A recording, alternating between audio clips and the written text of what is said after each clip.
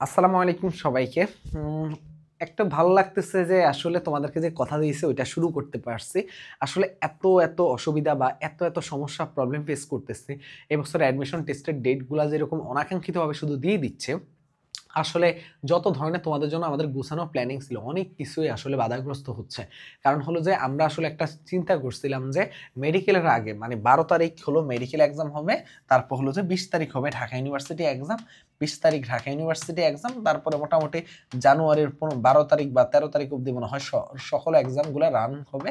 তারপরে হলো যে এরপরে মানে একটা গ্যাপ হয়ে তারপর হলো যে নির্বাচনের পরে মানে এপ্রিল বা মার্চ বা এপ্রিলে তোমার হলো যে গুচ্ছ আর কৃষি হবে। এরকম আমাদের একটা মানে মনে হয়েছিল আমাদের জিএসটি অথবা প্লাস এগ্রি হবে। কিন্তু আসলে সবকিছুই আসলে এলোমেলো করে দিয়েছে। কারণ কৃষিগুচ্ছ ভর্তি পরীক্ষা ঘোষণা দিয়েছে জানুয়ারির ৩ তারিখে।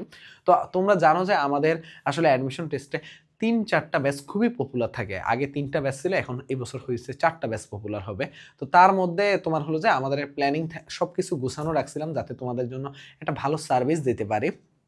যেমন আমাদের প্রত্যেক বছর ভার্সিটি ব্যাচ, তারপর হলো যে কৃষি ব্যাচ এবং জিএসটি ব্যাচ, এই ৩টা ব্যাচ সবসময় পপুলার থাকে, অনেক পপুলার থাকে।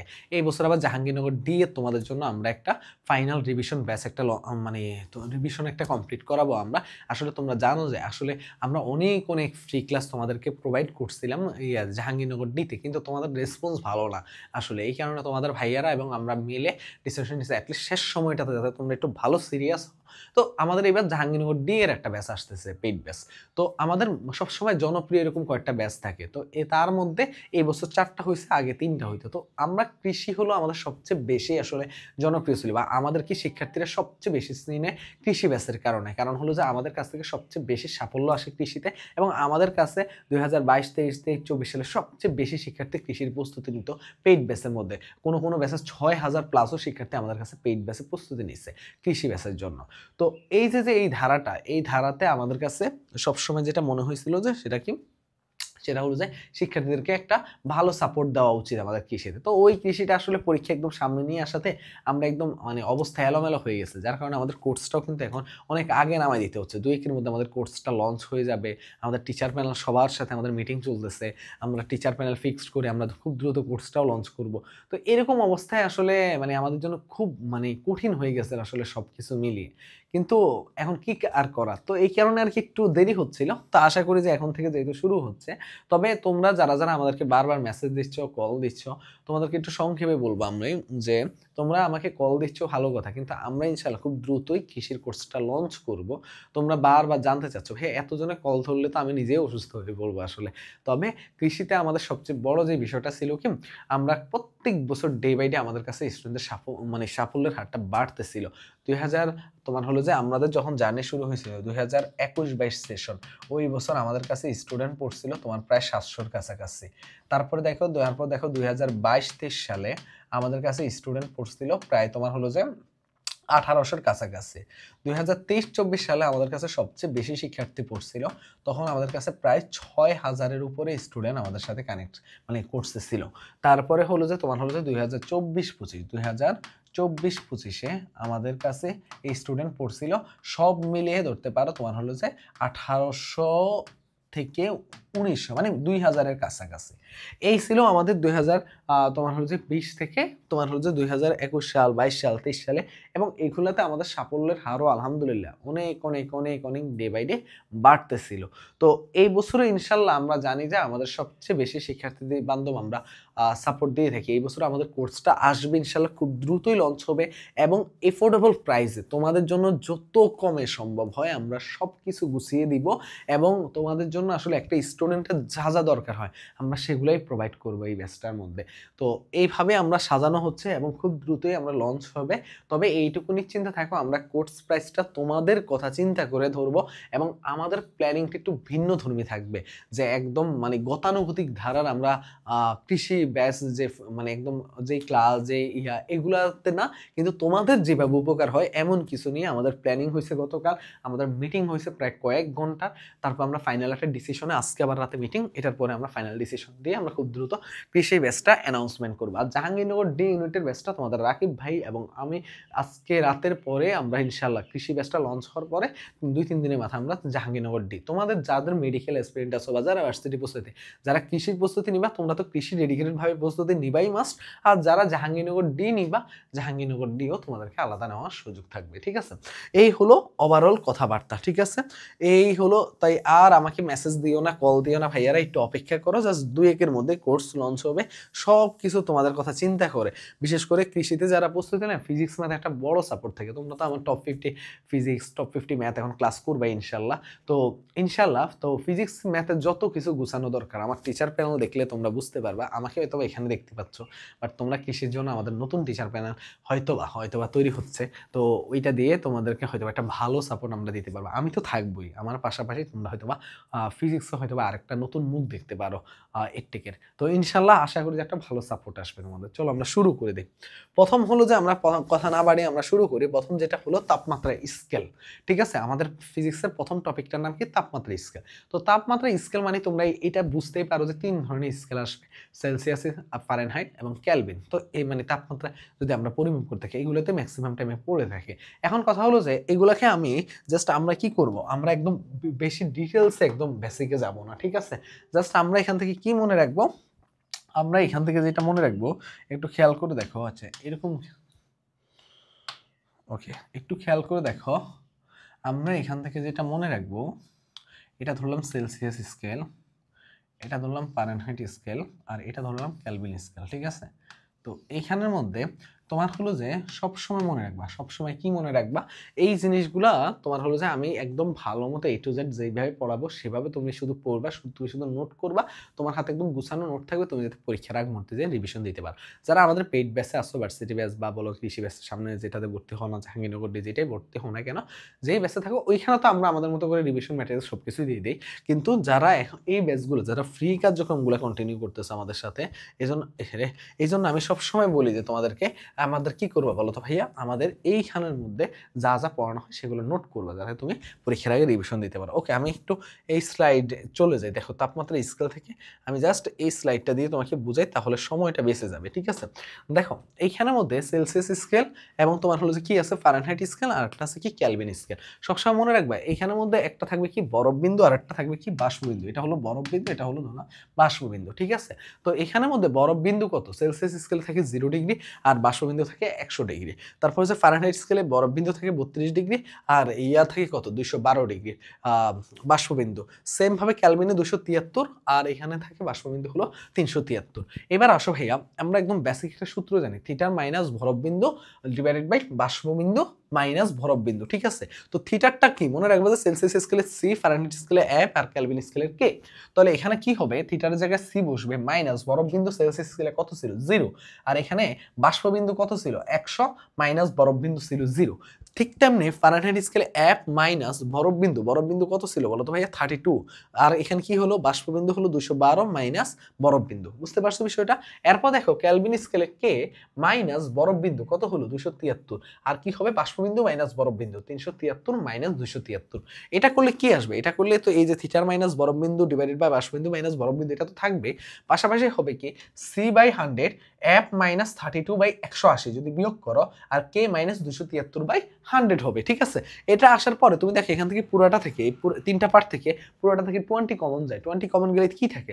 C by 5 F minus 32 by 9 K minus 273 by 5। এটা হলো খুবই পপুলার আমাদের একটা সূত্র, কি C by 5 F minus 32 by 9 K minus 273 by 5। যদি আমরা কোনো স্কেল থেকে অন্য কোনো স্কেলে ট্রান্সফার হতে চাই তখন আমরা এই সূত্র দিয়ে ট্রান্সফার হতে পারি। ধরো সেলসিয়াস স্কেল দেওয়া আছে, আমাকে ফারেনহাইট স্কেল বের করতে বললো, তাহলে আমি কি করবো? সেলসিয়াস স্কেলে মানটা বসাই, এখান দিয়ে ফারেনহাইট থেকে এইটা ফারেনহাইটটা বের করতে পারবো না, দুইটার সাথে তুলনা করে পারবো। আবার ফারেনহাইট দেওয়া আছে কেলভিন থেকে, তাহলে পারবো না? পারবো। এরকম আর কি। সেলসিয়াস আর কেলভিন দেওয়া আছে, পারবো না? পারবো। এরপরে আসো ভাইয়া, যদি এমন থাকে যে তোমার হলো যে ত্রুটিপূর্ণ থার্মোমিটার থাকে, তখন সবসময় মনে রাখবা একদম বেসিক সূত্রটা হলো এটা, থিটা মাইনাস বরফ বিন্দু বাষ্পবিন্দু মাইনাস বরফ বিন্দু। এটা মনে রাখলেই হবে, ঠিক আছে? এটার সাথে ধরো ত্রুটি থার্মোমিটারের সাথে ধরো সেলসিয়াস স্কেলে তুলনা করছে, তার মানে এটার সাথে তুমি সেলসিয়াস করবে, এটার সাথে তুমি ফারেনহাইট করবে, এটার সাথে তুমি কেলভিন করবা। আশা করি প্র্যাকটিস করলে আরো ক্লিয়ার হয়ে যাবে। এখানের মধ্যে আসো তাপমাত্রা পার্থক্যে আসলে মনে রাখবা যে তাপমাত্রার জন্য একটা সহজ শর্টকাট হিসেবে মনে রাখবা যে del C by 5 del F by 9 del K by 5। ঠিক আছে, মানে বুদ্ধিমান হলে কি। আর যদি বুদ্ধিমান না হও তাহলে কি করবা বলো তো, এইভাবে থেকে এখান থেকে ট্রান্সফার করার চেষ্টা করবে, মোটেও দরকার নেই।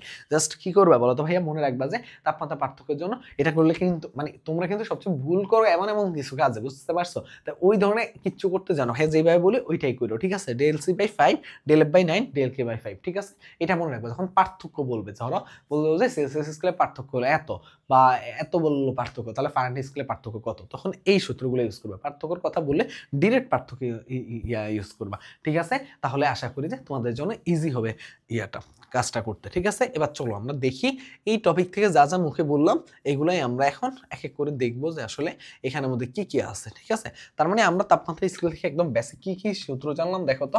থিটার মাইনাস আমরা কি জানলাম, একদম বেসিক থিটার মাইনাস বরফ বিন্দু, এটা মনে রাখবা, বরফ বিন্দু, বরফ বিন্দু।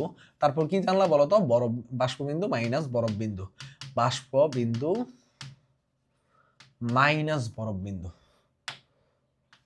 মাইনাস বরফ বিন্দু। ওকে ওকে, এইটুকু জানার পরে দেখো তুমি এরপরে এখানে কি জানলা, সি বাই 5 এফ মাইনাস 32/9, আরটা কি জানলা, কে মাইনাস 273/5।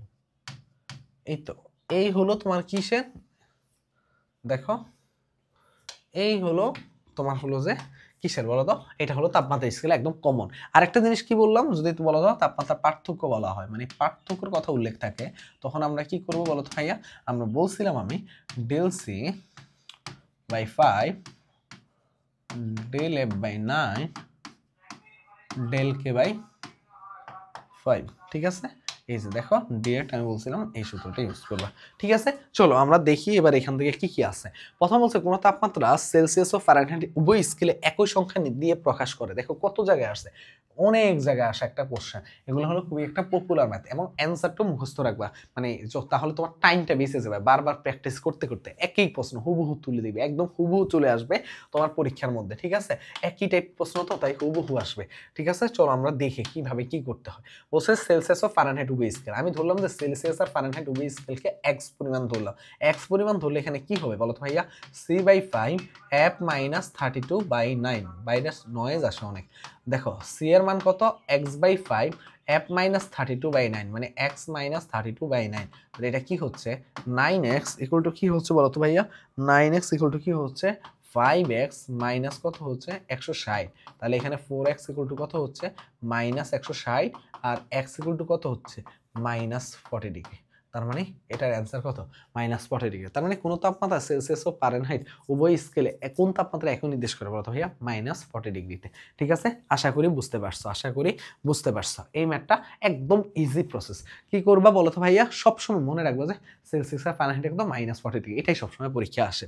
এরপরে প্রশ্ন আসে, বলছে যে এত ডিগ্রি তাপমাত্রা কত ডিগ্রি ফারেনহাইটের সমান, মানে তোমাকে বলছে যে এত ডিগ্রি সেলসিয়াস তাপমাত্রা, মানে সেলসিয়াস থেকে তোমাকে জানতে চাইছে যে ফারেনহাইটে তুমি নিলে এটা কত হবে। তার মানে এফ মাইনাস 32/9, দেখো সি তো বলেই দিছে 15/5 আর এফ মাইনাস 32/9, তাহলে এটা আসতেছে কত 3, আর এখানে আসতেছে এফ মাইনাস 32/9, 3 নং কত 27, তার মানে F minus 32, F minus 32 equal to কত হবে বলো তো ভাইয়া, 27, তাহলে এফ ইকুয়াল টু কত হবে, এফ ইকুয়াল টু হবে 69, দেখো সরি 59, দেখো 59 ডিগ্রি, তার মানে অ্যান্সার কত 59 ডিগ্রি, ঠিক আছে।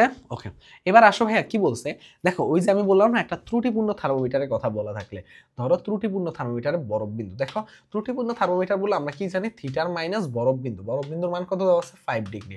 তারপর দেখো স্টিম বিন্দু মানে বাষ্পবিন্দুর মান দেওয়া আছে 99 মাইনাস 5, এভাবে তুমি এই কাজগুলো করবা। এখন দেখো কি বলছে, যখন এই থার্মোমিটারে 52 ডিগ্রি সেলসিয়াস প্রদর্শন করে তখন প্রকৃত তাপমাত্রা ফারেনহাইট স্কেলে কত। এখন খেয়াল করে দেখো, তুমি দেখো এখানের মধ্যে তোমাকে কি বলছে বলো তো, থার্মোমিটারে কত প্রদর্শন করে 52 ডিগ্রি, তার মানে তোমাকে কিন্তু এইটাও বলে দিচ্ছে, দেখো তোমাকে কিন্তু এইটাও বলে দিচ্ছে, এটা মান কত বলে দিচ্ছে তোমাকে, এটা বলে দিচ্ছে 52 ডিগ্রি, ঠিক আছে।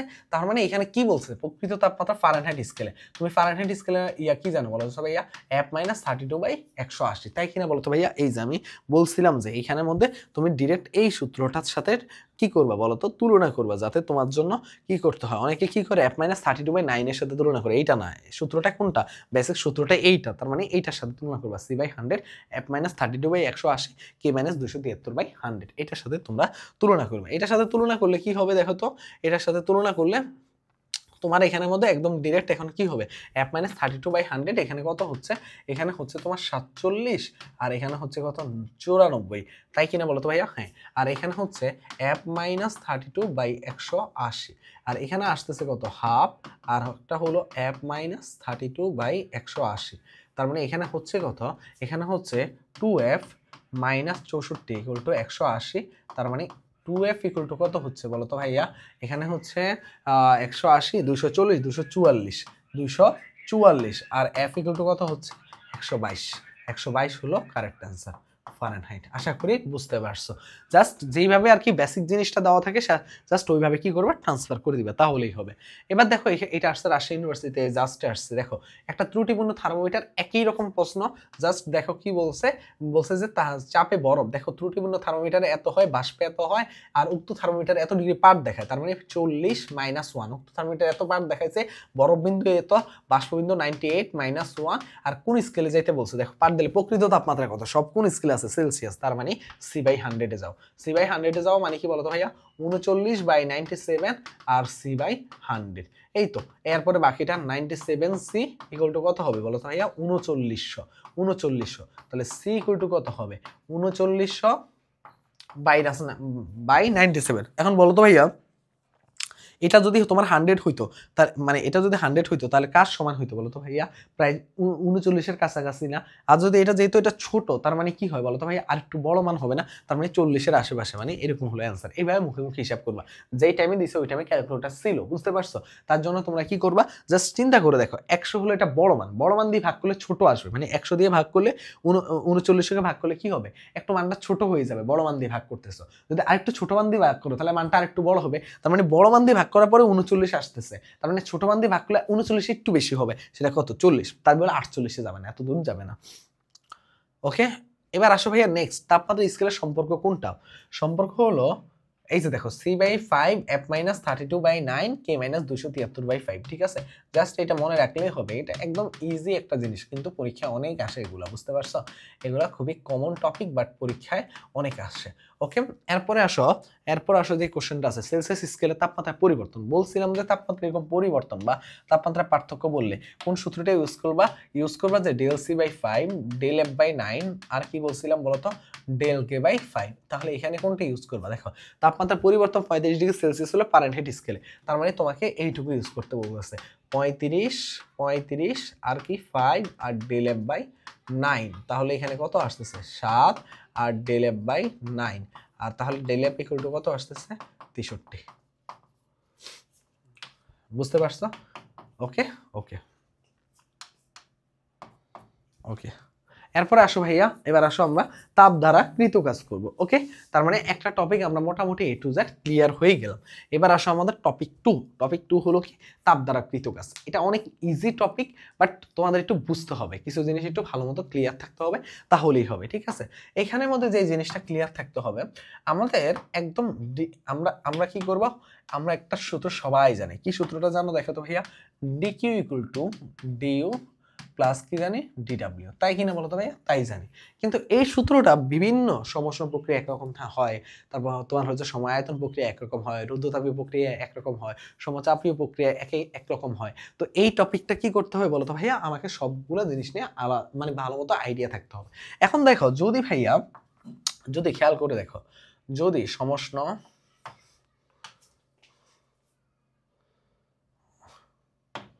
রুদ্ধতাপীয় সমায়তন সমচাপ, দেখো এটা কি, এটা হলো ধরো সমষ্ণ, এটা হলো কি, এটা হলো সমষ্ণ, এটা কি, এটা হলো তোমার হলো কি রুদ্ধতাপীয়, এটা হলো কি, এটার দিকে দেখাও, এটা হলো কি, এটা হলো সমষ্ণ, এটা হলো রুদ্ধতাপীয়, আর এটা কি, এটা হলো তোমার হলো যে এটা কি, এটা হলো যে তোমার সম আয়তন যদি হয়, আর একটা হলো সমচাপ, ঠিক আছে? দেখো এখন সবসময় মনে রাখবা, সবসময় মনে রাখবা, সবসময় কি মনে রাখবা, সমষ্ণ প্রক্রিয়া কি হয় বলো তো ভাইয়া? সমষ্ণ প্রক্রিয়ার মধ্যে আমাদের কি থাকবে, মানে টেম্পারেচার বা টি কি থাকবে বলতো ভাইয়া? কনস্ট্যান্ট থাকে। যখন টেম্পারেচার কনস্ট্যান্ট থাকে মানে তাপমাত্রা ধ্রুবক থাকে, তাহলে আমাকে বলো ভাইয়া মানে তাপমাত্রা যদি স্থির থাকে তাহলে কি হবে বলতো ভাইয়া? এই অণুগুলা কি হবে বলতো ভাইয়া? সঞ্চালন বা চলাফেরা করতে পারবে না। যদি এরা চলাফেরা না করতে পারে তাহলে এদের যে অন্তঃশক্তি যে পরিবর্তন হবে বা তোমার আমরা যে বলি যে মানে অভ্যন্তরীণ শক্তি যেটাকে বলি হয়, এই অভ্যন্তরীণ শক্তি কি কোনো পরিবর্তন হবে যদি ওরা না আসা বা তাপমাত্রা কোনো নাই দেয়? যখনই তাপমাত্রা দিব তখন ওরা কি করবে? ছটফট করতে থাকবে, তখনই তো শক্তির পরিবর্তন হবে। তো এরকম যদি আমরা তাপমাত্রা স্থির থাকে তাহলে অভ্যন্তরীণ শক্তির কোনো ধরনের পরিবর্তন হচ্ছে না। তখন সূত্র কি দাঁড়ায় জানো? এই ডিকিউ কি বলতো ভাইয়া? এই কি ডিকিউ, ডিউ, ডিডাব্লিউ। আমি একসাথে একটা স্লাইড তোমাদেরকে দেই, তাহলে তোমরা একদম ইজিলি এই স্লাইডটাকে তোমরা কি করতে পারবে বলতো ভাইয়া? ইজিলি তোমরা ক্যাচ করতে পারবা। যেমন ধরো এইখানে আসো, তাহলে তোমাদের সময়টাও বেঁচে যাবে আমাদের। দেখো ডিকিউ ইকুয়াল টু কি? ডিকিউ ইকুয়াল টু তাপ শোষণ বা তাপ আমাদের কি বলতো ভাইয়া? একটা মিনিট, জাস্ট আমি একটা কল ধরবো। হ্যাঁ নিবিড়, ওকে যে কথায় ছিলাম আর কি। তো ওকে ওকে যে কথা ছিলাম আর কি, তোমার হলো যায় এখানে কি তাপ শোষণ অথবা কি হয় বলতো ভাইয়া? আমরা জাস্ট সবসময় মনে রাখবো, সব সময় কি মনে রাখবো যে তাপ শোষণ বা তাপ গ্রহণের ক্ষেত্রে আমরা কি ইউজ করবো? ডিকিউ ইউজ করবো। কখন তাপ শোষণ হবে, তখন কখন তাপ মানে তোমার হলো কি বর্জন হবে বা কখন তাপ গ্রহণ হবে, এই জিনিসটা আমরা একটু পরে আমরা টের পাবো। কখন? একটু পরে ভাইয়া। এরপরে দেখো ডিউ মানে কি? অভ্যন্তরীণ শক্তি। ডিডাব্লিউ মানে কি? আমরা কাজে যে পরিবর্তন বলি ওইটা। এখন দেখো ভাইয়া সমষ্ণ প্রক্রিয়া কি বলছেন? আমি একটু আগে বলছিলাম তাপমাত্রা ধ্রুবক বা স্থির থাকে, তখন অভ্যন্তরীণ শক্তির মান জিরো হয়ে মানে জিরো হয়। অভ্যন্তরীণ শক্তি জিরো হওয়া মানে ডিউ এর মান কি কত হবে বলো তো ভাই? জিরো হবে। তখন ডিকিউ ইকুয়াল টু কি হবে? এটা যদি জিরো হয়ে যায় ডিকিউ ইকুয়াল টু কি হবে? ডিডাব্লিউ হবে। আমার সময়টা বেঁচে যাচ্ছে, এগুলো স্লাইড থাকবে। তারপর দেখো রুদ্ধতাপীয় প্রক্রিয়া। রুদ্ধতাপীয় প্রক্রিয়া মানে কি? হঠাৎ করে সংঘটিত হবে, মানে হঠাৎ করে যে কোনো কিছু ঘটে যাবে, ঠিক আছে? হঠাৎ করে দেখি না আমরা রাস্তার মধ্যে ব্লাস্ট হয়ে যায়, তোমার হলো যে ওই যে বাস্ট হয়ে যায়, আমরা বলি যে তোমার হলো যে চাকা বাস্ট হয়ে যায়, এই যে হঠাৎ করে হয়। তারপর হচ্ছে এই যে এখানে সেক্ষেত্রে কি হয় বলো তো ভাইয়া? ডিকিউর মান, ডিকিউর মান এই যে তাপ এখানে কি হয় বলো তো ভাইয়া? তাপ গ্রহণ বা তাপ বর্জন যেটা হয়, ডিকিউর মান কত হয়ে যায়? জিরো হয়ে যায়। তখন কি হয়? ডিকিউর মান জিরো হয়ে গেলে d U plus d W equal to zero থাকে, তখন ডিউ ইকুয়াল টু কি হয়? মাইনাস ডিডাব্লিউ হয়ে থাকে। তার মানে রুদ্ধতাপীয় প্রক্রিয়ার ডিকিউর মান কি হয়? জিরো হয়ে থাকে মানে তাপের ক্ষেত্রে। এবার দেখো সময় আয়তনের ক্ষেত্রে কি হয়? সময় আয়তনের মানে কি বলতো ভাইয়া? আয়তনটা সেম থাকবে। ডিডাব্লিউ মানে কি বলতো ভাইয়া? চাপের কি বলতো ভাইয়া? চাপ এবং আয়তনের পরিবর্তনটাই তো হলো কি বলতো ভাইয়া? ডিডাব্লিউ।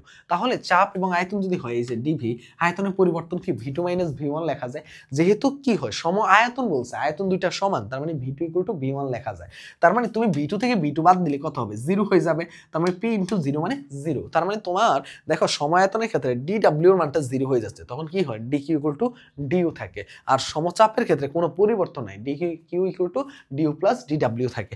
তার মানে কি আমরা এই জিনিসটা যদি একটু ভালো মতো মনে রাখতে পারি তাহলে আমরা সবগুলো কনসেপ্টে ক্লিয়ার হয়ে যাব। তো ওই স্লাইডের থেকে আমার কাছে মনে হয় যে এই স্লাইডটা তোমাদের জন্য ইজি। আরেকটা জিনিস একটু একসাথে শিখাই দিই তাহলে বুঝতে সুবিধা হবে। আশা একটু একটু ইয়া করি, তাহলে আশা করি বুঝতে তোমাদের জন্য সুবিধা হবে। এবার আসো ভাইয়া, এখানে আসো, এখানে আসো ভাইয়া। এই যে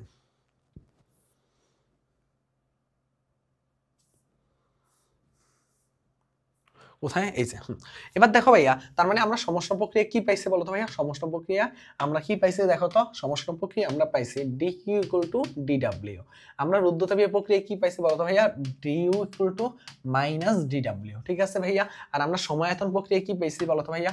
ডিকিউ ইকুয়াল টু পাইছিলাম কি? ডিইউ, ঠিক আছে? আর এখানে আমরা সমচাপীয় প্রক্রিয়া পাইছি d Q equal to d U plus d W. Okay fine, এই হলো ঘটনা। এবার এখান থেকে আরো কয়েকটা জিনিস আমাদের জানতে হবে। কখন আসলে তাপ শোষণ হয়, কখন আসলে তাপ বর্জন হয়। মনে রাখবা যে তাপ শোষণ হলে ডিকিউর মানকে আমরা কি ধরি? পজিটিভ ধরি। ডিকিউর মানকে আমরা কি করি? তাপ শোষণের ক্ষেত্রে পজিটিভ ধরি। আর তাপ বর্জনের ক্ষেত্রে, তাপ বর্জন আসলে মানে ডিকিউর ক্ষেত্রে প্লাস হয় কখন বলতো? তাপ শোষণের ক্ষেত্রে, তাপ শোষণ করলে। আর যখন তাপ বর্জন করে, তাপ বর্জন করে তখন আমরা কি ধরি বলতো ভাইয়া? নেগেটিভ ধরি, ঠিক আছে? এবার আরেকটা জিনিস আসে অভ্যন্তরীণ শক্তি। অভ্যন্তরীণ শক্তির ক্ষেত্রে কি করবা? অভ্যন্তরীণ শক্তির মান যখন পজিটিভ হয় মানে শক্তি মানে বৃদ্ধি পায় তখন কি হয়? প্লাস হয়। তার মানে অভ্যন্তরীণ শক্তির কি হয় বলতো ভাইয়া? প্লাস হয়। তখন কখন বলতো ভাইয়া? আর মাইনাস হয় কখন? যখন এটা বৃদ্ধি পায় তখন প্লাস হবে, অভ্যন্তরীণ শক্তির মান বৃদ্ধি পেলে আর কি হবে বলতো ভাইয়া? হ্রাস পেলে এই জিনিসটা ঘটবে। হ্যাঁ নিবি একটা আমি ওকে আর কি যেখানে ছিলাম আর কি, এত কল আসে আসলে একটু একটু আসলে প্রেশারের মধ্যে দিয়ে যাচ্ছে না, সব একসাথে হয়ে গেছে তো বললাম প্রথমে তোমাদের আসলে। ওকে তো কোথায় ছিলাম আর কি? ওকে, এখানে ছিলাম আর কি। ডিকিউর ক্ষেত্রে কি হয়, যদি তোমার হলো যে তাপ শোষণ হয় তখন আমরা পজিটিভ ধরি, আর তাপ বর্জন হলে নেগেটিভ ধরি, আর অন্তর শক্তি বৃদ্ধি পেলে আমরা প্লাস ধরি, আর হ্রাস পেলে আমরা মাইনাস ধরি, তাই না? এবার দেখো আমাদের কি হয়, এটা হলো ডিইউর ক্ষেত্রে। আর ডিডব্লিউর ক্ষেত্রে মনে রাখবা সেটা কি, সেটা হলো যে সিস্টেম দ্বারা কাজ সম্পাদিত হলে কি হবে বলো তো ভাইয়া? সিস্টেম দ্বারা কাজ সম্পাদিত হলে পজিটিভ হবে, আর সিস্টেমের উপর কাজ সম্পাদিত হলে, দেখো সিস্টেমের উপর কাজ সম্পাদিত হলে কি হবে? মাইনাস হবে। তো এই যে এইটুকু যে বেসিক আছে, এইটুকু বেসিক দিয়ে এখন আমরা যে কোনো ধরনের কাজ করতে পারবো ইজিলি। চলো আমরা দেখি শুরু করে। প্রথম আমাদেরকে কি বলছে, কোনো ব্যবস্থা ধ্রুব আয়তন। আচ্ছা দেখো তো, ধ্রুব আয়তন এই কথাটা মানে কি বলতো ভাইয়া? ডিডব্লিউ এর মান 0, তার মানে তোমরা কি জানো, ডিকিউ ইকুয়াল টু ডিইউ, এইটুকু বুঝতে পারতেছো। আর একটা জিনিস মনে রাখবা, অনেক সময় জিজ্ঞেস করা হয় নিচের কোনটা তাপগতিবিদ্যার প্রথম সূত্র, সেটা কি হবে? DQ equal two DU plus DW, একটু মনে রাখবা, ঠিক আছে? এরপরে আসো ভাইয়া, এখানে কি বলছে, 300 জুল তাপ বর্জন করছে। একটু আগে আমি শিখাইছিলাম যে যখন তাপ বর্জন করে তখন কি হয় বলতো ভাইয়া? মাইনাস হয়। তার মানে এখানে বলে দিচ্ছে যে ডিকিউর মান কি হবে বলতো ভাইয়া? Minus 300 joule. Okay fine. বলছে ব্যবস্থার অন্তঃস্থ শক্তির পরিবর্তন কত, মানে ডিউর মান জানতে চাইছে। ডিকিউর মান কত? Minus 300 joule. আর ডিও ইকুয়াল টু কত? Minus 300 joule. তার মানে ডিউর মান কত? Minus 300 joule. দেখো এরপরে বলছে যে শোষিত তাপ। দেখো শোষিত তাপ বলছে, তাপ শোষণের ক্ষেত্রে কি আসছে বলতো ভাইয়া? তাপ শোষণের ক্ষেত্রে আসছে 700 জুল। তার মানে ডিকিউর মান কি আসছে বলতো ভাইয়া? Plus 700 joule. আর দেখো ভাইয়া সম্পাদিত কাজ, এবং সম্পাদিত কাজও বলে দিচ্ছে ডিডব্লিউ এর মান 200 জুল হলে কোন সিস্টেমের অভ্যন্তরীণ শক্তি, দেখো এটাও হলো প্লাস 200 জুল। এখন বলছে যে মানে সম্পাদিত কাজ বলছিলাম, আর যদি কি হয় বলতো ভাইয়া? নিজের উপর হয় তখন কি হয়? তখন মাইনাস হয়। সিস্টেমের অভ্যন্তরীণ শক্তি কত বৃদ্ধি পাবে, মানে ডি ইকুয়াল টু হোয়াট জিজ্ঞাসা করতেছে। দেখো ডিকিউ ইকুয়াল টু কি জানো তুমি বলো তো ভাইয়া? DU plus DW. তাহলে ডিকিউর মান আছে কত বলো তো ভাইয়া? 700। আর ডিউর মান জানো না, ডিডব্লিউর মান কত আছে? 200। তাহলে বলো তো ভাই এখানে অ্যান্সারটা কত হবে? এখানে অ্যান্সারটা হবে ডিইউ ইকুয়াল টু, এখানে অ্যান্সারটা হবে কত? এখানে অ্যান্সারটা হবে ডিইউ ইকুয়াল টু 500। ঠিক আছে, আশা করি বুঝতে পারছো। এবার আসো ভাই, এখানে কি বলছে? কোন সিস্টেম পরিবেশ থেকে 800 জুল তাপ শক্তি শোষণ করে। দেখো শোষণ করছে, তার মানে ডিকিউ ইকুয়াল টু কত? 800 জুল প্লাস। আর তারপরে কি বলছে? অন্তত শক্তি 500 জুল বৃদ্ধি পাইছে, মানে ডি ইকুয়াল টু কত? 500 জুল। এরপর বলছে সিস্টেম কর্তৃক পরিবেশের উপর সম্পাদিত কাজ। সিস্টেম দ্বারা পরিবেশের উপর কাজ হলে কি হয়? ডিডব্লিউ এর মান কি হবে? পজিটিভ হবে। তার মানে সূত্র কি বলতো ভাইয়া? এবং হোয়াট কত? তাহলে সূত্র কি? DQ equal two DU plus DW, তাই কিনা বলতো ভাইয়া? তার মানে এখানে ডিডব্লিউ মানও কি প্লাসে হবে, কারণ কি কোনো ধরনের এটা সিস্টেমের উপর কাজ না, সিস্টেম দ্বারা বলছে। তার মানে কি ডিকিউর মান যদি 800 হয় আর ডিউর মান যদি 500 হয়, দেখো আর ডিডব্লিউর মান কত হবে? ডিডব্লিউর মান হবে 300 জুল। দেখো অ্যান্সার হবে 300 জুল। ওকে, এবার আসো ভাইয়া ইঞ্জিনের দক্ষতা। ইঞ্জিনের দক্ষতা নিয়ে মানে একদম ইজি আমি কিছু মানে টেকনিক শিখাই দিব, তাহলে তুমি ইজিলি যেই কোনো কিছু এখন করতে পারবা, একদম যেই কোনো কিছু। ঠিক আছে, জাস্ট ভাইয়ার দিকে একটু খেয়াল করবে যে ভাইয়া কি বলতেছে, ওইটার দিকে একটু খেয়াল করলে তুমি যেই কোনো কিছু চাইলে করতে পারবা। এখন সর্বপ্রথম কি জিনিসে আসবা বলো তো ভাইয়া?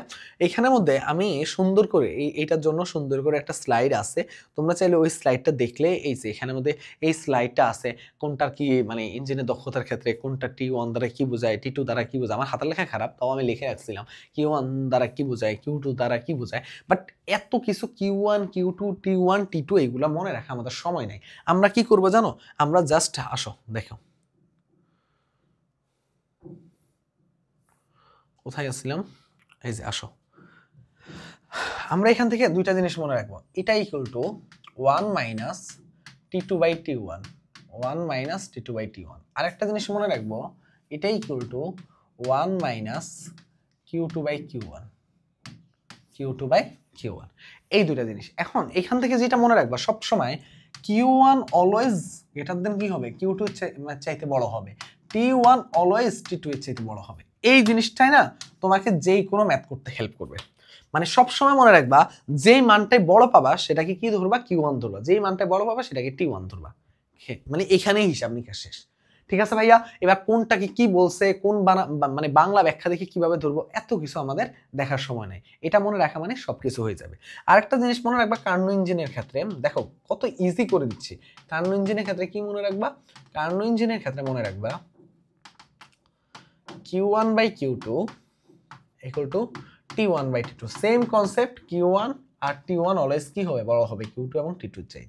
ঠিক আছে, ওকে, এইটুকু করতে পারলে কিন্তু তোমাদের কাজ শেষ। চলো আমরা দেখি কি বলছে। প্রথম জিনিসটা বলছে একটা কার্নো ইঞ্জিন, কার্নো ইঞ্জিনের কথা বলছে, বাষ্পবিন্দু এবং বরফবিন্দুর তাপমাত্রার মধ্যে কার্যরত হলে এটার কার্যকরী দক্ষতা কত হবে। মানে দেখো বাষ্পবিন্দু কত বলো তো ভাইয়া, বাষ্পবিন্দু হলো 100 ডিগ্রি সেলসিয়াস, বরফবিন্দু কত বলো তো ভাইয়া 0 ডিগ্রি সেলসিয়াস। এখন তুমি আমাকে বলো ভাইয়া, তুমি জানো কি এটা ইকুয়াল টু 1 মাইনাস T2/T1, তাই কিনা বলো তো ভাইয়া। এখন এইটাকে যদি আমরা যদি একটু সুন্দর করে লিখি, এইভাবে লিখতে পারো, এখানে আরেকটা একটু লিখে দিই, তাহলে এটাকে তোমরা এইভাবে লিখতে পারো, T1 নিচে T1 দিবা, মানে নিচে কি দিবা, নিচে বড়টা দিবা, নিচে বড়টা, নিচে বড়টা, আর উপরে কি হবে T1 মাইনাস T2, মানে বড়টা থেকে ছোটটা। একদম সহজ হিসাব করে দিচ্ছি। এখানেও দেখো নিচে বড়টা Q1, Q1 মাইনাস Q2। দেখো এবার দেখো ভাইয়া, এখানে কি করবা, বড়টা হলো নিচে, সবসময় মনে রাখবা। এখানে একটু আরেকটু বলে দেই, এই বড়টাকে তুমি ক্যালভিনে নিতে হবে যখন তুমি কি করবে বলো তো ভাইয়া, তখন তো তুমি সেলসিয়াসে পরিমাপ করতে পারবে না, বাট যখন পার্থক্য বলবে তখন সেটা তুমি সেলসিয়াসে রাখতে পারবা, মানে তখন আর কোনো ক্যালভিনে নিয়ে ট্রান্সফার করা লাগবে না, ওই একই কথাই তাহলে হয়ে যাবে। কিন্তু তুমি যখন কি করবা বলো তো ভাইয়া, যখন নর্মাল শুধু একা থাকবে T1টা, তখন তাকে ক্যালভিনে নেবে। তার মানে 100-র সাথে তোমার 273 যোগ করলে ক্যালভিন আসবে। আর তুমি দেখো 100 থেকে তুমি কত বাদ দিবা বলো তো ভাইয়া, 0 বাদ দিবা। আর এটার সাথে কি হবে, একটা 100% গুণ করবা, যেহেতু কর্মদক্ষতা বলছে। এইটুকু জাস্ট মনে রাখলে তোমার কাজ শেষ, এইটুকু জাস্ট মনে রাখলে কাজ শেষ। দেখো ইন্টু 100%, দেখছো কত ইজি। কি বললাম, 273 যোগ করবা আর উপরে শুধু পার্থক্যটা বসাই দিবা। তার মানে 100/373 ইন্টু 100। তাহলে খেয়াল করে দেখো তো ভাইয়া, এখানে কত আসে, 1000, 10,000, 10,000 মানে 30-এর আশেপাশে ঘরে, মানে এরকম একটা মান হবে অ্যান্সার। কারণ কিভাবে বুঝলাম, দেখো 10,000-কে তুমি কত দিয়ে ভাগ করতেছো, এই যে 373 দিয়ে ভাগ করতেছো। এখন তোমার কাছে মনে হইতে পারে ভাইয়া মানটা দেখো, এই ম্যাথটা মানে কি হয়েছে, তুমি যদি এইভাবে চিন্তা করে যাচ্ছে, দেখি তো ভাইয়া এটাকে কিভাবে চিন্তা করা যায়, তাহলে তুমি আরেকটু ছোট করতে পারো। দেখো কিভাবে করতে পারো, তুমি 1000-কে 37 দিয়ে ভাগ করো, মানে 37-কে তুমি 1000 দিয়ে ভাগ করো। যদি বুদ্ধিমান হও তাহলে এই কাজগুলো করবা, ঠিক আছে। 37-কে 1000 দিয়ে ভাগ করো, তাহলে কি হবে, 37 এখানে কত আসতেছে বলো তো ভাইয়া, এখানে আসতেছে 33 90, মানে 37 দুগুণে কত আসবে, 37 দুগুণে আসবে 74, আর এখানে আসতেছে কত 80, আর 20 100, মানে 26, 260। তাহলে এখানে কত হবে, 3 5 15, দেখো 3 5 15, 3 6 18, 3 7 21, 3 8 24, 3 8 24, মানে 28 দশমিক সামথিং, মানে 24। তার মানে কি বুঝতে পারছো যে 28 দশমিক সামথিং মানে কি, এটা আরো ধরছো কত বলো তো ভাইয়া, এটা আরো ধরছো তুমি ছোট, মানে 370 ধরছো। তার মানে মানে বুঝতেই পারছো। এখন কথা হলো যে এই ধরনের না এমসিকিউ আসলে একটু টাফ হয়ে যায়, কারণ হলো যে ক্যালকুলেশন একটু টাফ হয়ে যায়। বাট যদি তোমরা একটু ভালো মতো একটু চিন্তা করতে পারো তাহলে ইজি হয়। যেমন ধরো আমি আরেকটা কোশ্চেন এখানে সেম সিমিলার ধরে রাখছিলাম, সেম সিমিলার এই টাইপের আরেকটা প্রশ্ন রাখছিলাম যাতে তোমাদের জন্য বুঝতে সুবিধা হয়। না কোথায় যা রাখছে বইটা, ওকে, মানে এক কথা হলো কি, মানে মানে কোথায় যে রাখছে, এক কথা হলো যে তুমি যখন না ক্যালকুলেশন করবা তখন একটু মনোযোগ দিয়ে দেখে ক্যালকুলেশন করলেই হবে, ঠিক আছে। এখন এইটাকে ক্ষেত্রে ক্ষেত্রে দেখো, ধরো আমি এটা ধরছি 370 ধরছি, মানে তোমার হলো যে কি ধরছে, মানটা একটু ছোট ধরছি। যখন মানটা একটু কি হবে বলো তো ভাইয়া, বড় হবে, তখন মানটা একটু চেঞ্জ হবে না। তার মানে 373 থেকে যখন এটা হবে, মানে তোমার কাছে এখন মনে হতে পারে যে ভাইয়া এটা তো 26.81 হইতে পারে, আবার 30.81 হতে পারে। এখন দেখো, এখন আমি নিজে আমার কাছে মনে হচ্ছে যে কি হয়েছে বলতো, ক্যালকুলেশনে একটা গ্যাপ হয়েছে। যেমন ধরো তুমি যখন এই যে 370 ধরছো, তখন কি আমি একটু উল্টা বলছি, 370 ধরছো তখন কি হয়েছে, মানটা ছোট ধরছো তার জন্য বড় মান আসবে। কিন্তু যখন এটা 373 হবে বলতো, 28-এর ছোট হবে না 28-এর বড় হবে বলতো ভাইয়া, একটু বড় মান ধরছো না, 28-এর ছোট হবে না। দেখছো কোথায় ভুল করছে, তার মানে 26.81। এবার দেখো যদি ভাইয়া তোমার মানটা যদি বড় হইতো 300, মানে যদি এমন হইতো যে এখানে আছে 369, আমরা ধরছি 370, তাহলে কি হতো, 28-এর বড় হইতো। বুঝছো বিষয়টা, তখন তুমি 30 স্টাইলে ধরতে পারতা। মানে চিন্তা করতে পারছো মানে ক্যালকুলেশন কিভাবে আসলে ইয়া করা লাগে। বাট এই ধরনের ক্যালকুলেশন গুলা মানে রিসেন্ট পরীক্ষাগুলোতে কম আসে। তবে একটু এটা মনে রাখবা যে যখন বাষ্পবিন্দু আর বরফবিন্দু বলা থাকবে, মানে আজকে এতটা প্রেশার নিতে গিয়ে মানে এই জিনিসটা ওগুলাই ফেললাম যে এটা সবসময় মুখস্থ রাখতে হবে যে 26.81%, ঠিক আছে, তাহলেই হবে। ওকে, এবার আসো ভাই এখানে আসো। কি বলছে, একটা কার্নো ইঞ্জিনে 500 কেলভিন এবং 250 কেলভিন তাপমাত্রা দুইটি উৎসের মাধ্যমে পরিচালিত হয়। যদি প্রতি চক্রের মধ্যে উৎস থেকে 1 কিলো ক্যালোরি তাপ গ্রহণ করে, তাহলে প্রতি চক্রে তাপ বর্জনের পরিমাণ কত? দেখো খুবই একদম ইজি হিসাব নিকাশ। তুমি কি জানো বলো তো ভাইয়া?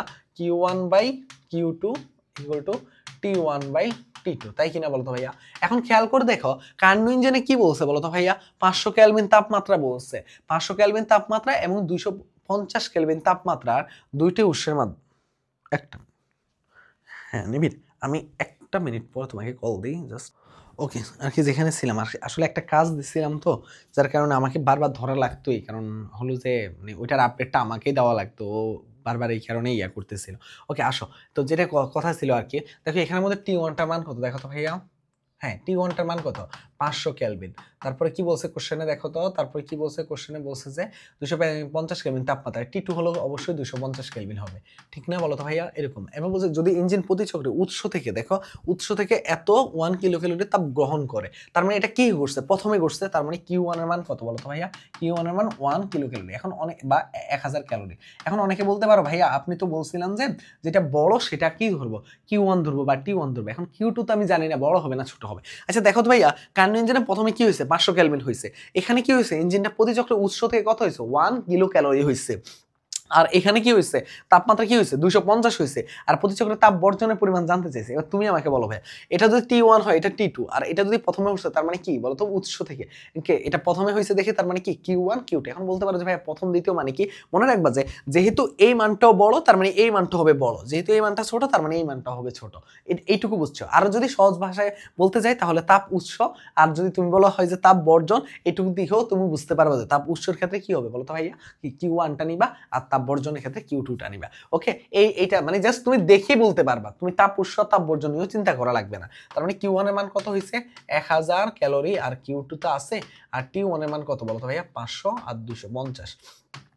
তাহলে এখানে কথা হচ্ছে 2Q2 ইকুয়াল টু কত হচ্ছে বলো তো ভাইয়া? 1000, আর Q2 ইকুয়াল টু কত হচ্ছে বলো তো ভাইয়া? 500। 500 calorie, 500 calorie, not kilo calorie. ঠিক আছে, এরপরে আসো ভাইয়া, একটা কার্নো ইঞ্জিনে 227 ডিগ্রি সেলসিয়াস তাপমাত্রায় তাপ গ্রহণ করে এবং 167 ডিগ্রি সেলসিয়াস তাপমাত্রায় তাপ বর্জন করে, কার্যকরী দক্ষতা কত? কি শিখেছিলাম? এটা equal to T1 divided by T1 minus T2 into কত শিখাইছিলাম বলো তো ভাইয়া? ইন্টু শিখাইছিলাম 100%। এখন T1 এর মানটা কত বলো তো ভাইয়া? T1টা বড়টা কোনটা? 227 প্লাস কত হবে বলো তো ভাইয়া? 273। আর T1 কত হবে বলো তো ভাইয়া? 227 মাইনাস কত হবে? 167 ইন্টু কত হবে? ইন্টু হবে 100%। তার মানে এটা কত হবে? 273 সাথে 80, 300, 500, আর এখানে হবে কত? এখানে হবে তোমার হলো যে 227, 227 থেকে 167 বাদ দিলে কত থাকে? 177, 87, 97, 7, 17, 27। তার মানে কত থাকে বলতো ভাইয়া? 60 থাকে। ইন্টু কত? 100%, তাই কিনা বলতো ভাইয়া? তার মানে কত হবে? এখানে হবে তোমার কত? এখানে তোমার হবে 600, 600, 600, আরটা কি 6000, তাই কিনা বলো তো ভাইয়া? তাই কিনা? তো এরকম আসতেছে, এরকম আসলে অ্যান্সার কত হবে বলো তো ভাই? অ্যান্সার হবে 5, 12, 60, মানে 12%। অ্যান্সার কোনোটিই নয়। দেখো অ্যান্সার কোনোটিই না। কিভাবে বুঝলাম? 0 0 কাটাকাটি, তাহলে কত থাকে? 5, 12, 60, 12%, এই তো অ্যান্সার। এরপর আসো ভাইয়া, একটা কার্নো ইঞ্জিনে 300 ডিগ্রি সেলসিয়াস তাপমাত্রা, 100 ডিগ্রি সেলসিয়াস, আরেকটা কার্নো ইঞ্জিনে 500 ডিগ্রি সেলসিয়াস এবং 300 ডিগ্রি সেলসিয়াসের মধ্যে কাজ করছে, প্রথমটির তুলনায় দ্বিতীয়টি কার্যকরী দক্ষতা কত শতাংশ? একদম সেম, জাস্ট তুমি কি করবে? এটা দিয়ে বের করে দুইটা চেক করে নিবা, ঠিক আছে? এবার আসো এখানে আসো ভাইয়া, কার্যকরী বস্তু 400 কেলভিন তাপমাত্রায় এত দূর থেকে তাপ গ্রহণ করে, এত অবস্থায় তাপ বর্জন করে, শীতল আধারের তাপমাত্রা কত?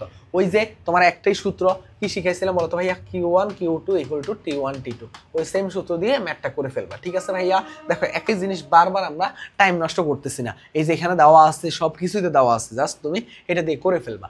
একই টাইপের কোশ্চেন যেগুলো আছে, এই যে ইঞ্জিনটি তাপ উৎস থেকে এত তাপ গ্রহণ করলো, টেম্পারেচার দেওয়া আছে, তোমার তাপ উৎস দেওয়া আছে, তাহলে তাপ বর্জনের পরিমাণ কত? দেখো বর্জিত তাপের পরিমাণ কত? ওই সেম সূত্র, Q1/Q2 ইকুয়াল টু কি হবে বলো তো ভাইয়া? T1/T2। আশা করি করতে পারবা, আশা করি এই জিনিসগুলো করতে পারবা। এরপরে আসো ভাইয়া, কি বলছে? একটা কার্নো ইঞ্জিনে উৎস থেকে এত তাপ করলো, নিম্ন তাপমাত্রা কত তাপ বর্জন করে, তাহলে ইঞ্জিনের কার্য দক্ষতা কত? কি শিখেছিলাম বলতো ভাইয়া? শিখেছিলাম যেটা, সেটা হলো কি, এটা ইকুয়াল টু কি শিখেছিলাম বলতো ভাইয়া? T1/T1 মাইনাস T2 ইন্টু কত শিখাইছিলাম, ইন্টু 100% শিখাইছিলাম, তাই কিনা? এখন T1টা কত বলো তো ভাইয়া? 30 ডিগ্রি, এটা বড়, তার সাথে 273 যোগ করবা, আর এখানে কি করবা? 30 থেকে 10 বাদ দিবা, তাহলে কি থাকতেছে? ইন্টু 100% থাকতেছে, তাই কিনা? তাহলে এটা হইলে কত থাকতেছে? এখান থেকে থাকতেছে 20 বাই কত? 303 ইন্টু 100%, তাই কিনা? তাহলে 100 সাথে কত হবে বলো তো ভাইয়া? 200 মানে 2000, 2000 এর সাথে 303 মানে 300ই ধরো তুমি, 300 দিয়ে করলে কত হবে বলো তো ভাইয়া? এখানে হলে কত হবে? তোমার এটা হবে কত পার্সেন্ট বলো তো? 3 6 18, 3 6 18 মানে 6, মানে 6 পয়েন্ট সামথিং, এই যে 6 পয়েন্ট সামথিং, এটা হলো অ্যান্সার। বুঝতে পারছো? ওকে, এবার আসবো ভাই আমরা টপিক 4 এন্ট্রপি। এগুলোতে হাতে ক্যালকুলেশন একটু প্রবলেম হয় দেখি, এখন রিসেন্ট কিছুটা কমাই দিচ্ছে, বাট তাও ইম্পর্টেন্ট আছে, মানে এর আগের টাইপ যেটা করাইলাম। এখন আসো এন্ট্রপি। এন্ট্রপি মানে কি বলতো ভাইয়া? আমরা কিন্তু জানি যে এন্ট্রপির ক্ষেত্রে কয়েকটা বিষয় একটু জানা লাগবে, এখানে কয়েকটা বিষয় একটু বেসিক থেকে জানা লাগবে, তাহলেই হবে। আমি একসাথে একটা স্লাইডে সবকিছু দেখাই দিই, তাহলে তোমাদের জন্য একটু ইজি হবে, ঠিক আছে? সময়টা আমাদের বেঁচে যাবে, ঠিক আছে? সময়টা আমাদের বেঁচে যাবে। ধরো এখানে বলছে কি, যখন স্থির তাপমাত্রা থাকে তখন স্থির তাপমাত্রা, যেহেতু তাপমাত্রা স্থির, তার মানে একটা তাপমাত্রা নিয়ে আমাদের কাজ।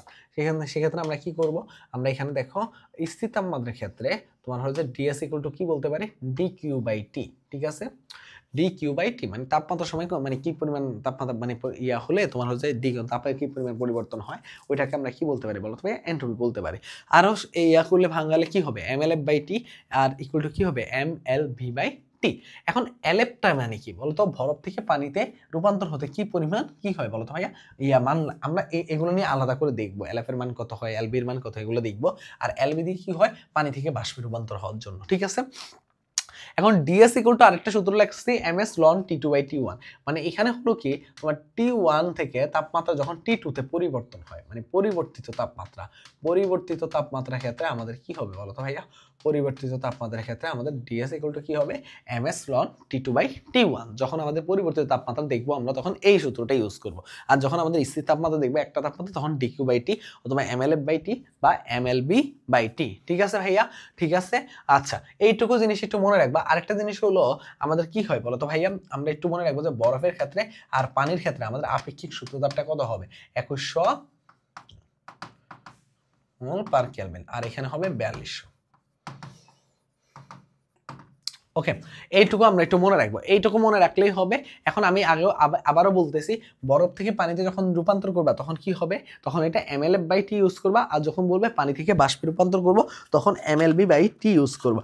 এইটুকু যদি বুঝতে পারো তাহলেই আমরা এখন কি করতে পারবো বলো তো ভাইয়া? এই টপিক থেকে ভালো ভালো কিছু প্রশ্ন রাখছিলাম, আরও এক্সট্রা করেও কিছু প্রশ্ন হাতে রাখছিলাম, যাতে মানে একদম ইজিলি আমি একটু তোমাদেরকে এই টপিকটা ভালো মতো আয়ত্তে আনতে পারি। তো আশা করি যে খুব বেশি পড়া হবে না। চলো আমরা দেখি প্রথম যে প্রশ্নটা আমাদেরকে কি বলছে এন্ট্রপি থেকে। তার মানে এন্ট্রপি থেকে আমরা একটু জিনিসগুলো আবার একটু সামারি করি। ডিএস ইকুয়াল টু কি বলতো ভাইয়া?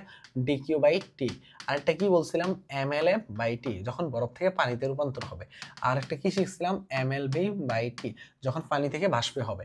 আরেকটা হলো যে যখন টি1 থেকে তাপমাত্রা পরিবর্তন হয় টি2 তে হবে। এখন এইটারে দেখবা প্রথম ম্যাথটাই আসবে, খুবই পপুলার এই ম্যাথটাই। ডিএস ইকুয়াল টু কি হবে? এমএস লন টি2 বাই টি1। ওকে ফাইন, চলো আমরা দেখি। এখন দেখো ভাইয়া, এখানে বলছে এই যে দেখো 27 ডিগ্রি তাপমাত্রার 20 গ্রাম পানিকে 50 ডিগ্রি সেলসিয়াস তাপমাত্রায় পানিতে পরিণত করতে। দেখো তোমার তাপমাত্রা পরিবর্তন 27 থেকে 50 ডিগ্রিতে হয়েছে, কোন সূত্র হবে? এন্ট্রপির বৃদ্ধি, মানে ডি কিউ ইকুয়াল টু কত হবে বলো তো ভাইয়া? এমএস লন টি2 বাই টি1। তাই কিনা বলো তো ভাইয়া? তাই কিনা? তো এর চাইতে আর কি সহজ কোনো হিসাব আছে? নাই। তাহলে কি হবে? এম এর মানটা কত আছে? 20 গ্রাম, তাকে তুমি 1000 দিয়ে ভাগ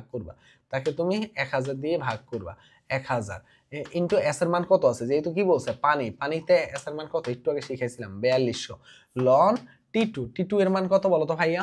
সবসময় আমি কিন্তু একটা জিনিস সবসময় শিখে আসছিলাম, সবসময় বড় মানটা কোথায় হবে? নিচে হবে নাকি বড় মানটা উপরে হবে বলো তো ভাইয়া? তোমরা জাস্ট এই জিনিসটা একটু মনে রাখবা যে কোন তাপমাত্রা থেকে কোন তাপমাত্রায় গেছে।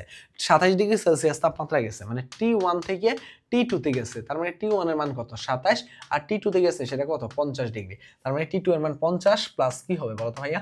273, আর এখানে হবে 27 প্লাস 273।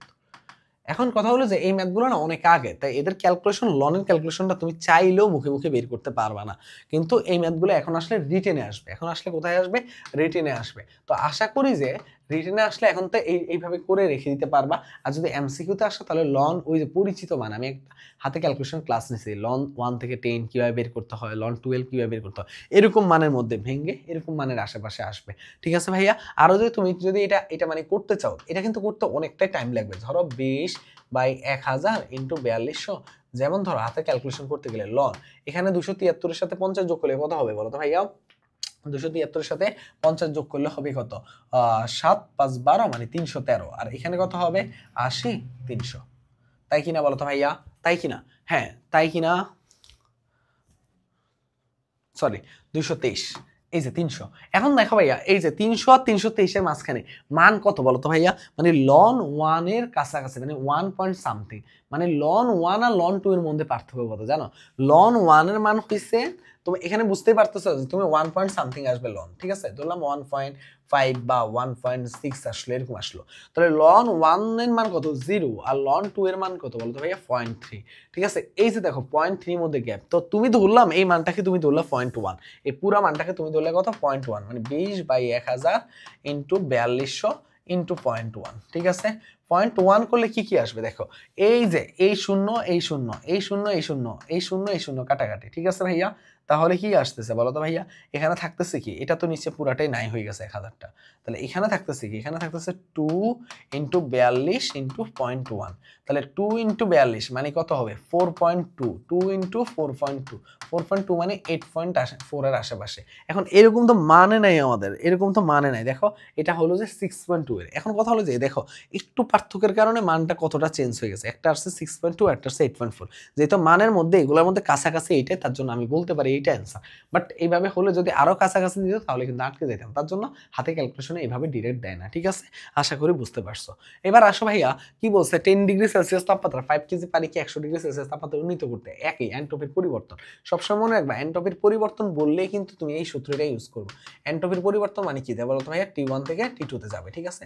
এন্ট্রপির সরি কি বলতেছে, এই যে দেখো এখানে দেখো কি, যখন তোমাকে এটা বলে দিবে যে মানে তাপমাত্রা পার্থক্য, এটা তো বলছি না T1 থেকে T2 তে গেলে তুমি কি করতে পারবা বলো তো ভাইয়া?